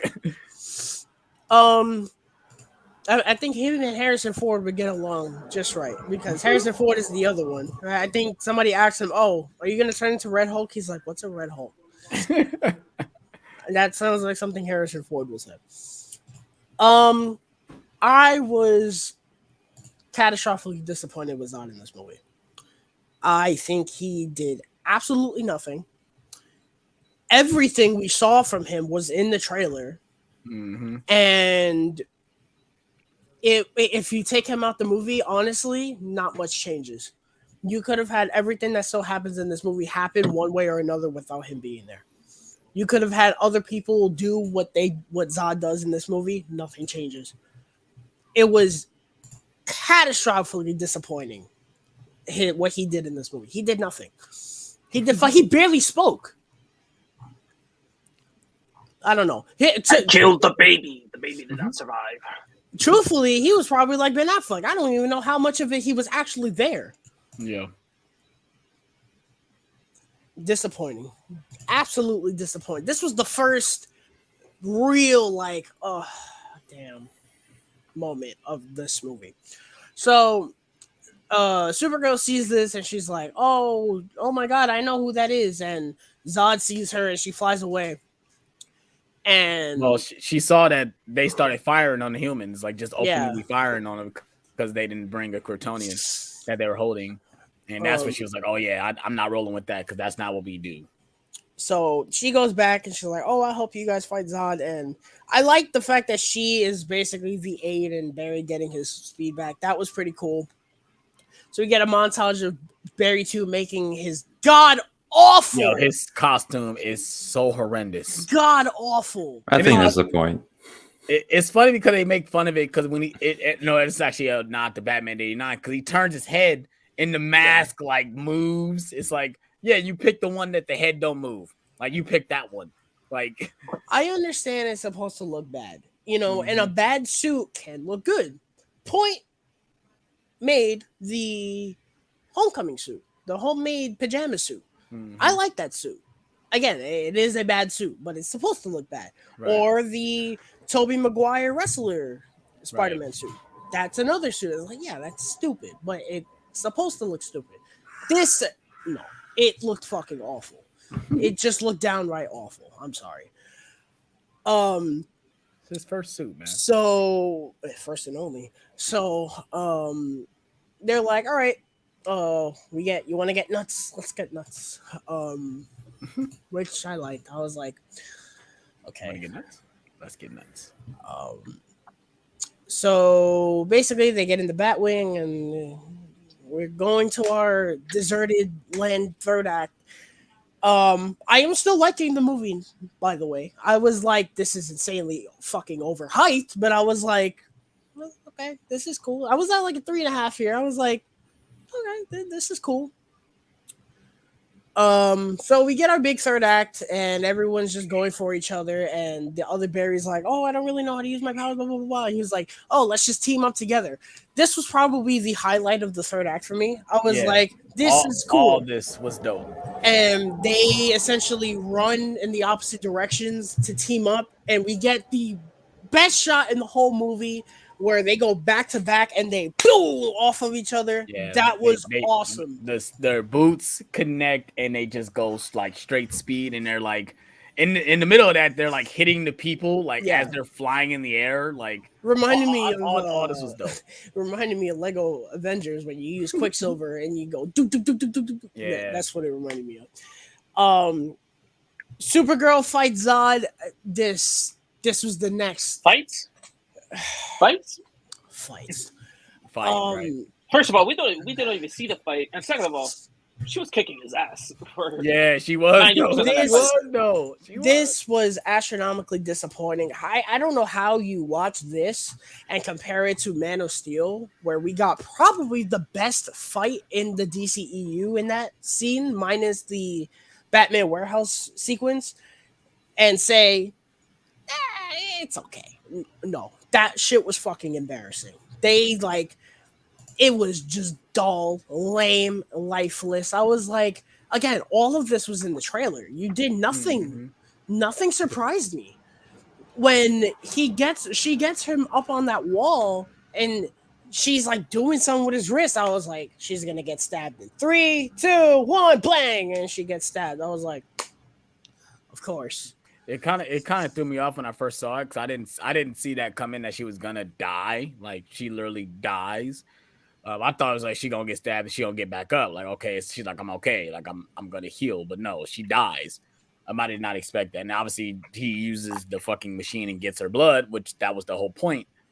But then it hit me again when it's like they run it back. Where it's like, no, because Batman is taking out a ship and like, oh, I'm gonna go for the big one, and it has a shield and he gets shot down. Well, he gets hit and then he runs into the fucking the ship.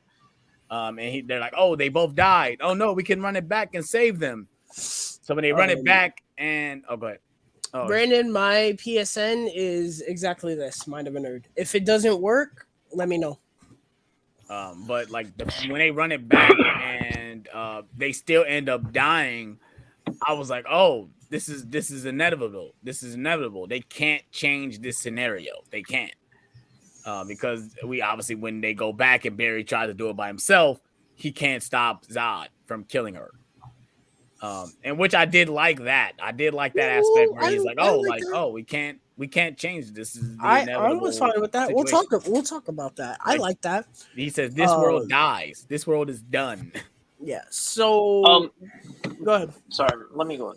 This whole thing that Barry talks about with this whole uninterruptible event, where it's like this will always happen. I'm like, why is this a plot point? This is dumb.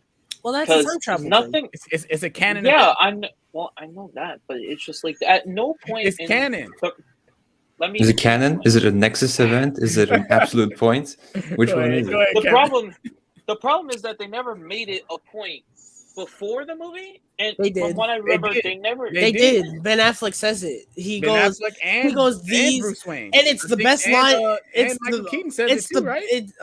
I think so, maybe in the spaghetti scene. But I remember Ben Affleck saying it because it's the best line in the movie for me, where he says, "These scars that happen to us, they make us who we are." Right. But he never made it sound like it was supposed to happen. He's just saying, that's exactly what that sounds like. No, the way that Barry told the other Barry, "Oh, this is what's going to happen." That's not the same as what Ben Affleck said. It's just like, this is going to happen no matter how badly you want to stop it. This is going to happen. That's what I said. Ben Affleck is just saying it like Michael Keaton said it in the spaghetti scene. That's why he brought that back. He says it to him while he's explaining time travel. I remember that. But Ben Affleck, what you're talking about, that is not the same thing. So Barry 2 is like, oh, we can go back and fix this. And I was like, okay. So they go back in time and they go back to the event and he saves Batman. And I did like this moment. He was like, oh, ship has a force field. And he goes, oh, roger that. And he just flies off. I was like, that's kind of cool. He's like, oh, I'm going to go for the big guy. And He said, yeah, definitely go for him. I liked that. That was cool. And then we get my personal favorite Batman moment in the movie. I'm not going to talk about the Supergirl stuff. That was fucking useless. So Batman's fighting the big dude from Man of Steel. And he keeps throwing bombs at him. And I was like, that's cool. Yeah. Such a bad. And I loved when he threw him off. And I was like, it's going to be stuck on his head. It's going to be stuck on his head. And sure enough, it was stuck on his head. And it blew his head off. I was like, hey, that was awesome. That made me think about Batman Returns. When he sticks the bomb on him, that made me think of that when I saw that. That was awesome. He kind of smiled. I don't know if he smiled. Yeah, he did. He smiled a little bit. Did. Oh, that's the Batman Returns thing.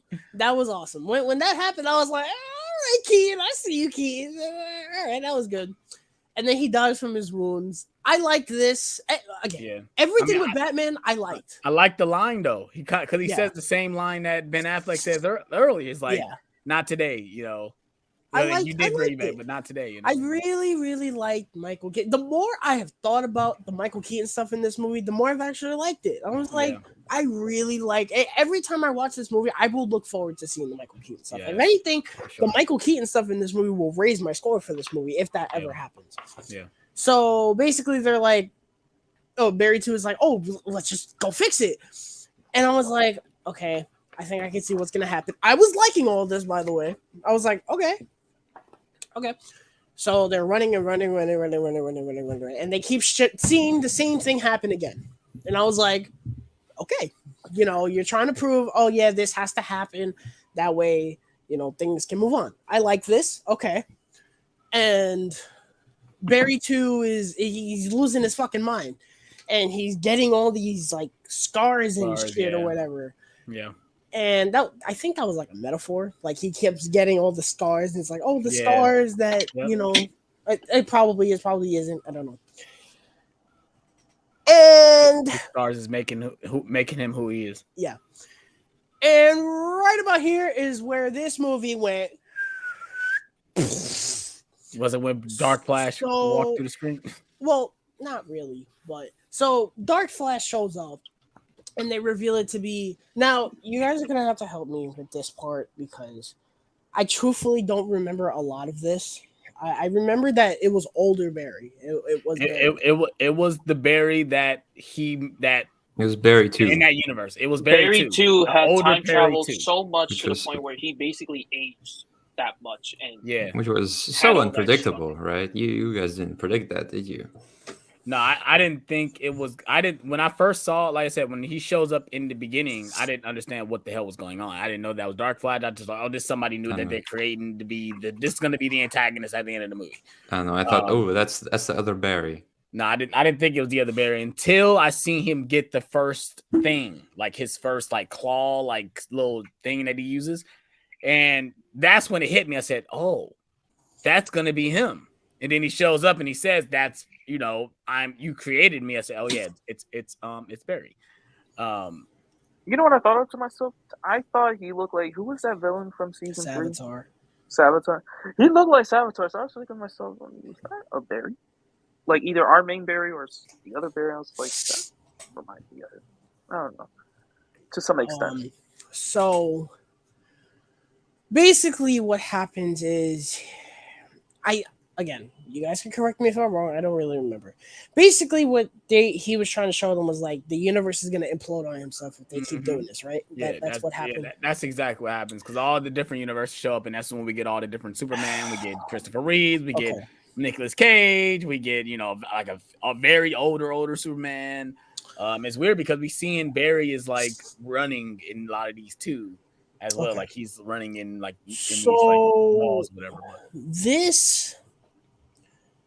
A lot of people loved this. I was surprised. A lot of people in our theater, I know they loved it, but online, nobody liked it. Especially that one Superman cameo. I mean, it was the Nicolas Cage one for me. No, my theater had no reaction. I don't think they knew what was going on. See, I felt like I was the only one that did know about that, not about Nicolas Cage being Superman. That, Nah, New Yorkers get it, bro. New Yorkers are fucking geeks. They get it.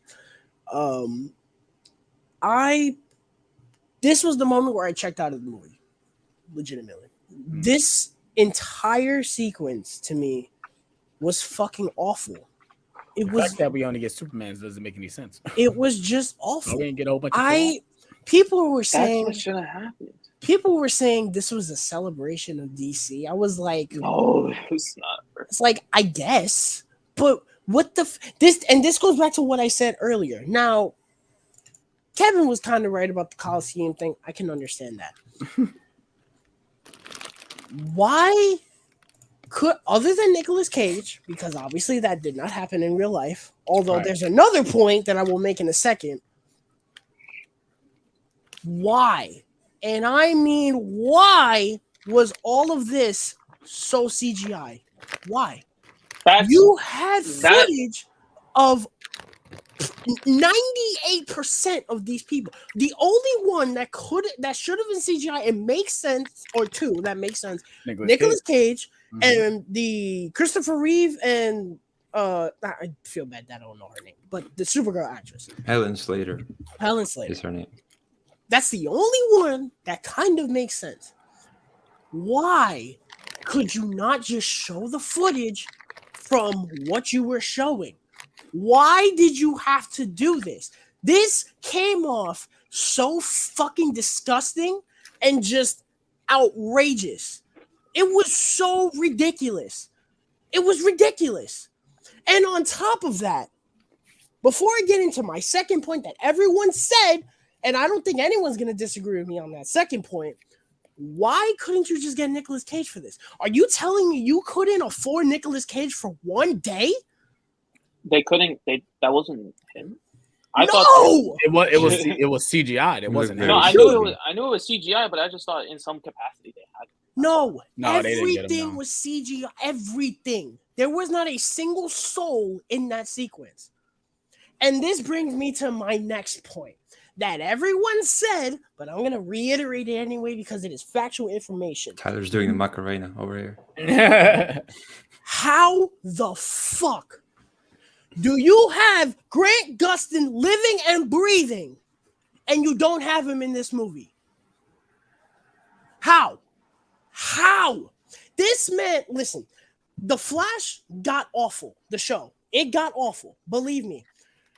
This man sat there and carried that show on his back, and you couldn't do him the common courtesy of giving him his moment. The irony is that CW gave Ezra Miller a scene in that show, so it was just like it makes more sense that he should have. You couldn't. Grant Gustin is probably the most universally loved, probably on the level of Henry Cavill, to be honest. The most universally loved actor in DC right now, other than Henry Cavill. You couldn't give him the common courtesy of putting him in this movie and giving the fans what they wanted. But no, you're going to give me CGI Adam West, CGI Nicolas Cage, CGI Christopher Reeves, right? You couldn't get, you're going to CGI the old Flash, Jay Garrick. Yeah, I saw that. Yeah, that's why I was even weird, the actor came out and he was just like, that wasn't me. I wouldn't remember he would have remembered if he filmed a scene. At the end of that scene, I sat there and said, you gotta be fucking kidding me. Now, I'm not saying this movie sucked because Grant Gustin wasn't in it. I'm just saying when you watch that scene and it's nothing but CGI, it makes it worse. It makes it worse. You know, I felt nothing watching this. And part of it is because it's all CGI. I don't feel anything for digital effects that are supposed to be human beings. They're not human beings. They're special effects. Shitty looking ones at that. This was terrible. This was fucking awful. Titans did this way better. Titans, I did not finish Titans, but that moment I was like, that feels like a celebration of DC, kind of showing, Shazam. That I think that was what they showed from the DCEU. They showed Shazam. They showed the Arrowverse. They showed this doesn't matter, but they showed Teen Titans Go. The point is they were showing the multiverse. Mhm. I appreciate that so much more than you just CGIing everything to say, oh, look, this is what was in the past. No, that came off so terrible. And truthfully, I had no idea what the fuck was happening. I checked out. I was like, this is fucking gross. Legitimately, it's fucking gross. And apparently we found out, or someone found out, that the Christopher Reeves, I think his name was, the actor that had killed himself because of Superman. They never, apparently not a single family member had actually approved of him being in the movie in one capacity or another. The guy who, literally the guy who killed himself because of Superman was in the movie with no proper that sounds like something Warner Brothers would do.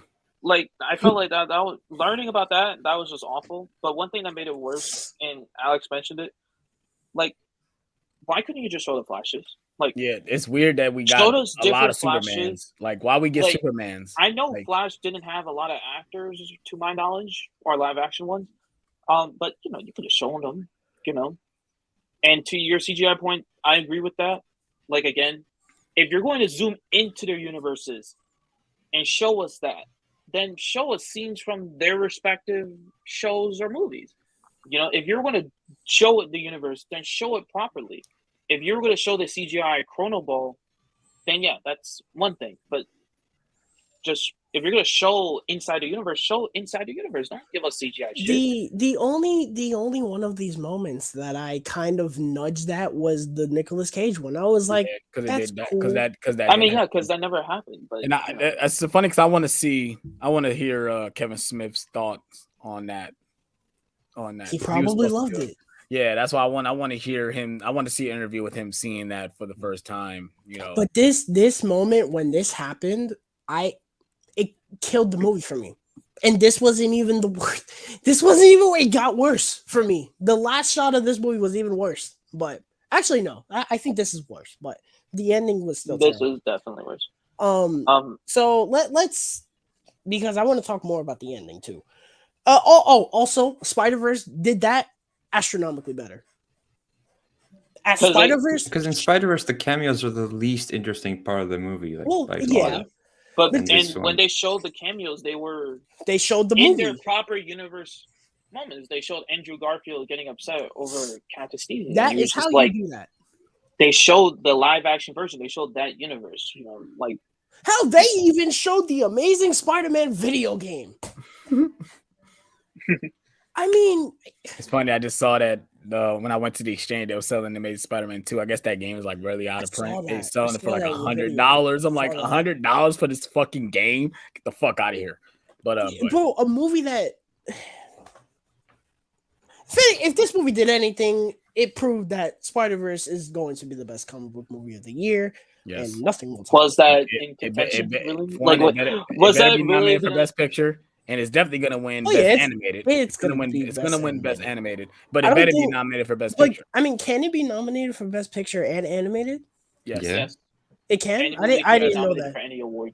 It's just I think the next one definitely will be. If not, it's just Oscar voters just don't respect animated movies like that. Right. I didn't know that because I knew the first one was nominated for animated and won, but I didn't know it could be nominated. I thought the best animated movie was oh yeah, that's the best for that sector. I mean, if it can, cool. You're not gonna hear any complaints from me. As Spider-Verse, first animated movie to win Best. They're probably not even gonna do it. To be honest, Best animated feature. Oscars. I don't think it's gonna win when we got movies like Dune coming out this year. I don't think Dune is gonna win Best Picture, but I'm hoping because it's sweat. Close. It's sweat. It was almost close. I'm hoping for Oppenheimer. It was that's what I'm backing. Nolan's gonna get snubbed. Nolan always gets snubbed. Yeah, Nolan always gets snubbed for sure. I don't know if you're going to talk about this, but I want to talk about it too. The whole universe, not the whole universe, the final action, not even action sequence, but when Barry 2 sacrifices himself, I'm just like, that was very anticlimactic. They I spent felt like no nothing. time on Yeah, that. it was Yeah. anticlimactic. I was like, it's cool. The concept itself was cool. You know, Barry 2 doing the time travel thing so much that he aged himself to that point. I was like, that's cool, but they never gave him more moments. You know? Somebody said, and I agree, they should have just had the Barry's fight. Yeah, that's what I thought. That's what I thought was going to happen. That would have been like great. have them fight in that Chrono Bowl, and then have Barry 2 realize, oh, he's gonna die if I die. You know what would have been? You know what would have been really cool, but the CGI was so terrible, it would have probably looked awful if they fought through time. They beat each other up, and they kept going through the portals and into the multiverses. That could have been. I wonder what the consequence. That would have looked terrible. That would have been interesting. Okay, but if let's say the CGI was like on point, that probably would have been amazing. Yeah. I'm not disagreeing. I'm just like, it's just a wonder. I'm just like, I wonder what the consequence is. Just going through all the different universes. Because that would have been dope, actually. And then creating different universes because they fuck something up. When these movies suck, we always make them better. So basically, Barry he gives a whole speech. I didn't care. I was just ready to go at that point. But this next scene kind of salvaged it. We get Barry going back to his mom, and he's dressed like a bum. That way, she doesn't know who he is. I loved all this. This scene was fantastic. Probably the most emotional scene in the movie, and I really liked Ezra Miller in this scene a lot. This was great, and basically, he says goodbye to his mom. And I loved that. That was really good. So he basically tries to reset everything. We'll get into that. And so he goes back and he's like, oh shit. One thing. He changed one thing. What do you mean? He put the tomatoes at the top so his dad can look up. Oh yeah. So he does that. And that's why we get the ending we get. Yeah. Unfortunately. So we go back and he's like, oh shit, I'm late for my dad's hearing, blah, blah, blah. And they go to the hearing and basically they prove that he's innocent, you know. And I was like, okay, that's good. So him and Irish are talking. She said you should ask me out. He was, oh, you want me to dinner date you? Oh yeah, I'll dinner date you. Oh, I was like, okay. The fuck. So this car comes up and they're like, oh, Bruce Wayne. I was like, it's not going to be Michael Keaton. I mean, it's not going to be Ben Affleck. I knew it was going to be somebody different. And I kind of had a feeling. I was like, the movie's going to. It was. Yeah, I kind of had a feeling. I did call it. You called it months ago. He was going to pop up in this movie. Now, I thought he was going to pop up in a different capacity, not this. Oh, you thought he was actually going to be Batman? Yes, I thought he was actually going to be Batman. Well, so out come George Clooney, and my theater fucking erupted. I was like, I was so happy. It was so funny. You were so happy. God. I loved it. It's so funny. I just said what? Like, I said, wait, what? Like, how did they get him for this? Like, he's been apologizing for Batman and Robin this whole time. They got him for this because it doesn't matter. You're right. I was gonna say that makes me wonder. Like, what was the point? Was George Clooney truly their path forward after canceling? It was. So we found out. So we found out that there were 3 different endings to this. Well, I guess 2 different endings. There was this ending. Then Henry Cavill and Supergirl were gonna be there, and I forgot what the third one was. I think Michael Keaton and Supergirl. The first one was Keaton and Supergirl. The second one was Keaton, Supergirl, Wonder Woman, and Superman. Henry Cavill, Superman. And then the third one is what we got. Yeah. I sat there and I was like, your theater erupted. I get it, you know. I thought they all gasped, like, oh my god. Yeah, I just said what? That's what I said. I was like, okay, yes, it was a funny joke, but I was like, okay, what does this mean? It made me want to watch Batman and Robin. I mean, Tyler, you saw the way you answered it is just the way you reacted. You know, what does this mean? I'm like, I know none of anything in this. I understand what they were going for. Like, oh yeah, because he put the tomatoes at the top, now the universe is still fucked. Okay, I understand that. Well, no, And- not that. I he meant didn't I thought you mess it meant up like because I was clearly talking like things, when you said what some does this things still mean played like out in the the sense. same. I think you meant like what does this mean? I think you meant in the sense like Where they moving why forward. what does this George Clooney coming back mean for the DCU? I'm like, doesn't mean anything. He's there, stupid joke like fuck And you, or I something. was just sitting there so confused, and I'm not the only one that said. There were a lot of people who were like, I have more questions than answers. And I'll come out with questions. Man. Shit. and I understand you wanted to go for a joke. Okay, fine. But why didn't you just have it be Michael Keaton? Because you would have got your point across anyway. Today is actually the anniversary of Batman and Robin You- releasing in theaters. I want to watch it now. You sacrificed the movie making sense and ending on a sensible note for a fucking joke. I mean, I'm just like guessing that Kevin was said. before James Gunn came in and Yeah, was that's like, what I'm saying. "Okay, we're gonna to me, reset." Yeah, to me it does it. Yeah, once they heard the reset, it's like, okay, let's go with this ending because we can't use Supergirl, can't use Superman.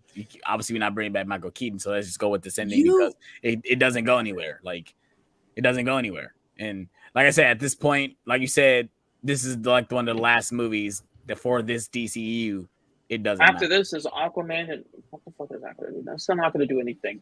I would be more shocked if James Gunn came on and said, "Oh yeah, James Momoa's going to come back." I'm not talking about this is going to be the canon. I'm not talking about the post credit scene. It was fucking. I was terrible. referring to him. Yeah, and I can't believe I stayed for that. And I laughed at it, but I was like, I wasted my time. I could have just went to my fucking car. I would have just rather preferred again. Yes, you sacrificed it for a joke. Was the joke funny? I guess it No, got a chuckle out of me. I didn't like that his tooth fell out like that. I didn't like that was at all. corny too. But I was just like, He's you should have just had it be Michael Keaton because yes, this universe Come on, respectable. is Come on, respectable. you know, this universe is dead, yes. But people are going to rewatch this movie. That's the bottom line. People are going to rewatch this movie. I definitely am. When you rewatch it, the ending doesn't make sense.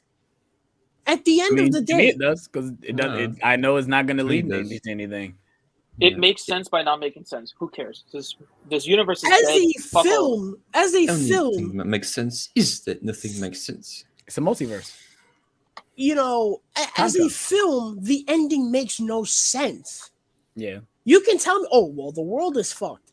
Okay. Well, the world isn't fucked. Is that? Oh, the multiverse is fucked. Whatever. It's different. I don't think it's fucked. I just think the one thing that he changed is when he went back, another thing changed. Because clearly a lot of stuff didn't change because the beer was still sitting there. She wrote a note saying, "Oh, I thought you were coming back." So that like it didn't seemed change. like the way that everything was done in the He's end. still driving the same car. It seemed like everything other than the fact that it's George Clooney not been right. Like I feel like that's right. And everything else, I'm just like, I feel like you could have just done more and just tell us. Oh yeah, there's other shit. You know what I thought would have been an awesome ending? Just make it a DCU. Just whether or not Ezra Miller's the Flash, who gives a shit? That universe is dead. But just make it a DCU. That's my next. Just make it a DCU. You had the opportunity. I don't really want to get into this. I'm ready to get the fuck out of here, to be honest. You had the opportunity to use this movie for the same purpose that you took inspiration from, which was Flashpoint. Flashpoint reset the entire DC universe. Mm-hmm. Yep. And what did you do with this movie? You had the fucking opportunity to reset your universe, but what do? You sacrifice it for a fucking goddamn joke.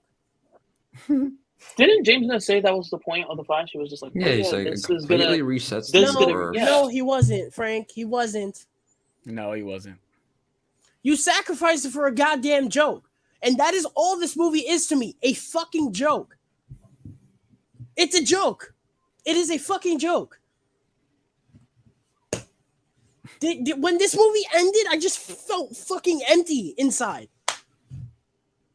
I was like, there were so many opportunities, and this is what you did. I enjoyed it. I did too. I did too. Look, I'm with you, man. I'm with you. This is the last hurrah of the DCEU. Goodbye into a pile of ashes. I will never think of this movie pretty much ever again. You gonna buy it? I am gonna buy it. You gonna buy it? It's gonna sit there. can't when you You gonna guys buy it? you guys talk about these It's movies gonna- like they're so bad, but then you buy it day one. It's gonna Yeah, sit I'm there buying it day collecting one. dust with. I enjoyed it, so It's gonna sit there collecting dust with Black Adam and he's Fury gonna of the buy Gods. it day one too. Listen, I don't know. I said this when we first started talking about the movie. I came into this movie and I came out of this movie thinking the same thing. We are done with this universe. It's done.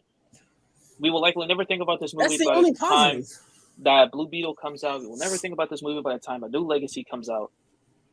We're done. It's That's the over. only Space positive. Jam, New Legacy. We are one step away. We are Superman one step Legacy. closer Superman to Legacy. having a hopefully coherent universe. Hopefully. Hopefully. But One thing So, I yeah. will find funny is that James Gunn. I'm a little bit scared of him now because I he am talks too. about being respectable of the comics, being respectful to this, being respectful to that, and then he comes out and says, "Andy Muschietti, you did awesome. Follow the comics. You did amazing. You'll be the director for Batman Brave and the Bold." And I'm just like, you know what? That's fine. This movie has a lot of other problems other than the direction. So I was just like, all right, that's fine. He's there. You know, I'm sure with James Gunn's supervision, he'll do a good job. But praising him for comic accuracy when he couldn't even tell us that Reverse Flash killed his mom, I think there's a lot of little worry that I have there. Not so much that I'm doubting him. I still trust James Gunn in this new DCU, but that worries me a little bit. But, you know, but who knows? That movie's going to be based off the comics anyway. So I doubt Andy Muschietti can ever ruin this. I don't know. Well, he already ruined Flashpoint. What's next? All right, you guys. That is our spoiler talk for the Flash. Of course, we got one more topic, and of course, you guys know we're physical media collectors, so we got to show off what we recently picked up. Luke, I don't know if you have any physical media. I have some stuff that I can show. We're gonna let Tyler go because it looks like he has a stack. You got a stack, What's Tyler? a stack? I thought you were showing Yeah, off a the little bit. DC.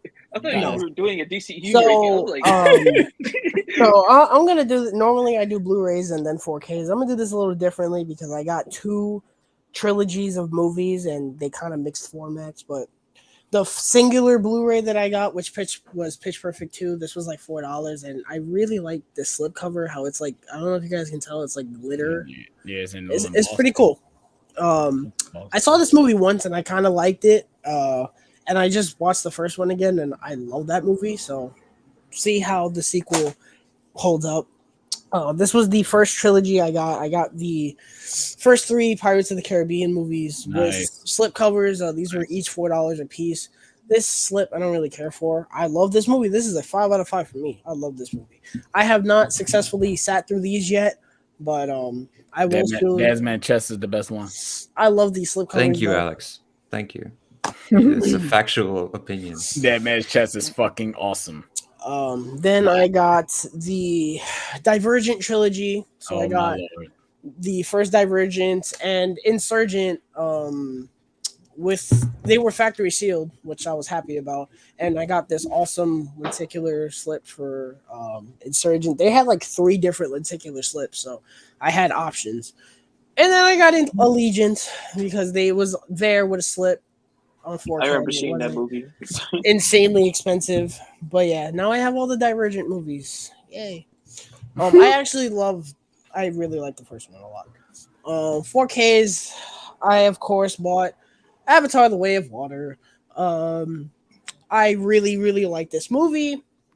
I do not really like this cover. This shit is awful, but nonetheless, I bought Avatar: The Way of Water.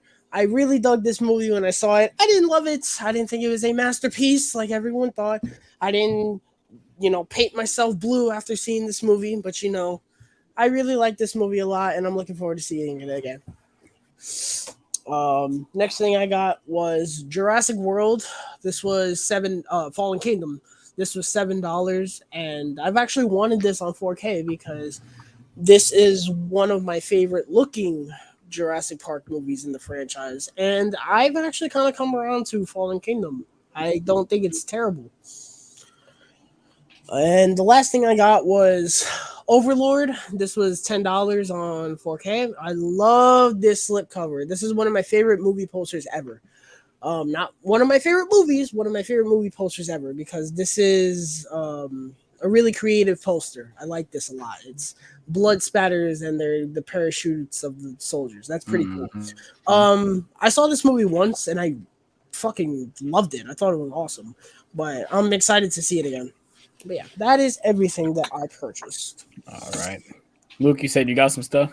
I got some stuff. I got some books. So let's start with this one. Stephen King, Nightmares and Dreamscapes. So it's a short story collection. It's about 1,000 pages. I'll show you. This is all the stories. None that I would recognize as big movie adaptations, but there's a new Stephen King short story adaptation announced every week. Another Stephen King, The Stand, his biggest book. It's how many pages is it? It's bigger than it. It's a little longer than it. Oh, okay. This one's 1,200 pages. Wow. And you guessed it. It's another Stephen King. This is Under the Dome. You look like a Stephen King fan. Did you watch the show, Luke? No. So I have no spoilers except the Simpsons movie. But I think this came out after the Simpsons movie. So, and I have one more. Good timing on this one. It's called The Three Body Problem. And as you can see, soon to be a Netflix series as early as January. So I will be reading that soon. And of course, this new AJ pops in the stream at the last minute. You got something 100% did not want to talk about you got something to show? I didn't have nothing to show, man. All right, goodbye. Oh! Don't do me like that. Don't do me like that. Goodbye. All right, but yeah, Kevin, you don't buy physical media, so yeah, I should kick you out too. So yeah, you guys already know the biggest release today. Avatar, baby. I got the Walmart one, the lenticular slipcover, because I do not like the slipcover that Tyler has. It's fucking ass. I went out today and I was like, Steelbook is not good. The Target one is fucking garbage. Yep. So this is probably the best one in my opinion. And of course, I had to get the first one. That slipcover is so fire. I'm so ready to watch this on 4K because the Blu-ray looks fantastic. So I already know the 4K probably looks immaculate. So yeah, that was the only two things I got today. Oh no, I lied. I went out Sunday and I picked up two more things. I picked up the Defiant Ones. It's a documentary with Dr. Dre and Jim Iovine. Hopefully I'm saying his name right. Iovine? I don't know. I will not say his last name, but it's just a documentary about certain artists that they worked with. And then I picked up Imperium with Daniel Radcliffe. I've been looking for this movie for a long time, and I finally found it for $5. You guys know I'm a Daniel Radcliffe fan. So yeah, trying to buy all his movies. Yeah. I went to the one in Cuyahoga Falls. Movies and Trains. Can you do me a favor and send me the link to how you ordered that for me, please? Because the way it was on their website was very confusing, and I couldn't find it. So if you could send that to me, that would be great. The crazy thing is when I ordered it, it told me to buy it in store. It didn't let me add it to the cart. It was so. That's weird. What it was doing for me. Yeah, he ordered it for shipping, so yeah. You're gonna buy that and then get rid of what you just bought. I don't know. We'll see. He's not gonna get rid of it. He's gonna keep it. No, because Target's return policy is very. I'll take it. Send it to me. No, you send it to me. No, send it to me. AJ supposed to be sending me something, but he still ain't went to go see if they got it.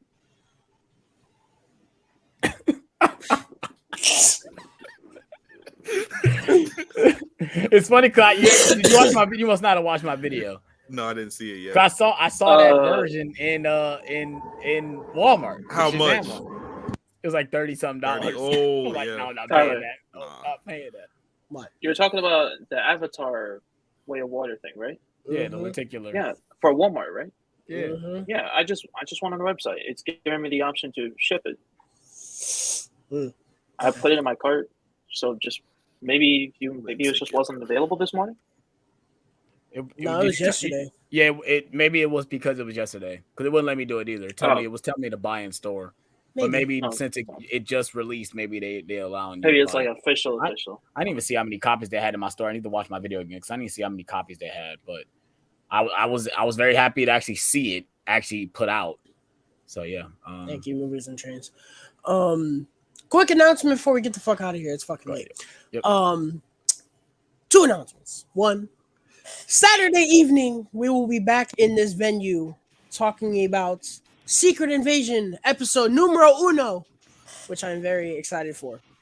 And speaking of Secret Invasion, just like with The Last of Us and Mandalorian, we will be reviewing them weekly, and we will be reviewing them every Wednesday in this venue. So Nerd Talks will be moved from Tuesday to Wednesday. And so movie spoiler talk when that happens, because we used to do those before where we combined the movie spoiler talk with the episode spoiler talks. Those will be shifted over to Wednesday because we thought doing them Tuesday was kind of pointless. So we shifted them over to Wednesday. That way we can talk about the episode fresh as soon as they come out. And we didn't think you guys would mind if we wait to talk about movies because movies are movies. So, yeah.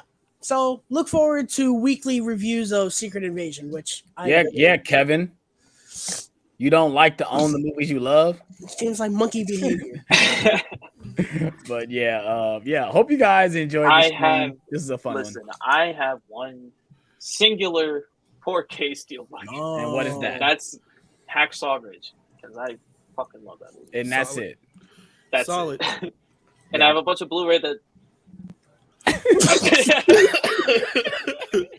said that's it. Okay, click. I have something. All right. But Luke, do you have any? Do you have any physical media? I have a Cars DVD from 2008.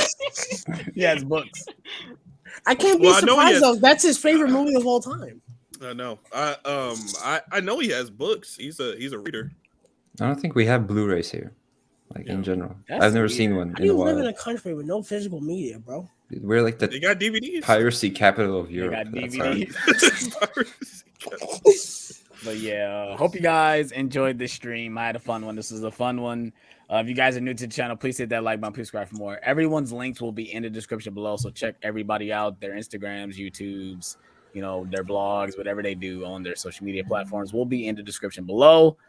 If you guys are new to my channel, please hit that like button. Please subscribe for more Blu-ray hunt videos, live streams, watch along, trailer reaction reviews, all that type of stuff will be coming in the future if you guys are ready for that as well. And we're on this one, you guys. Peace out. Wait. What? Did y'all talk about the CGI? Yes. Okay. It's bad. I'm ready. It's awful. I'm ready. Later, y'all.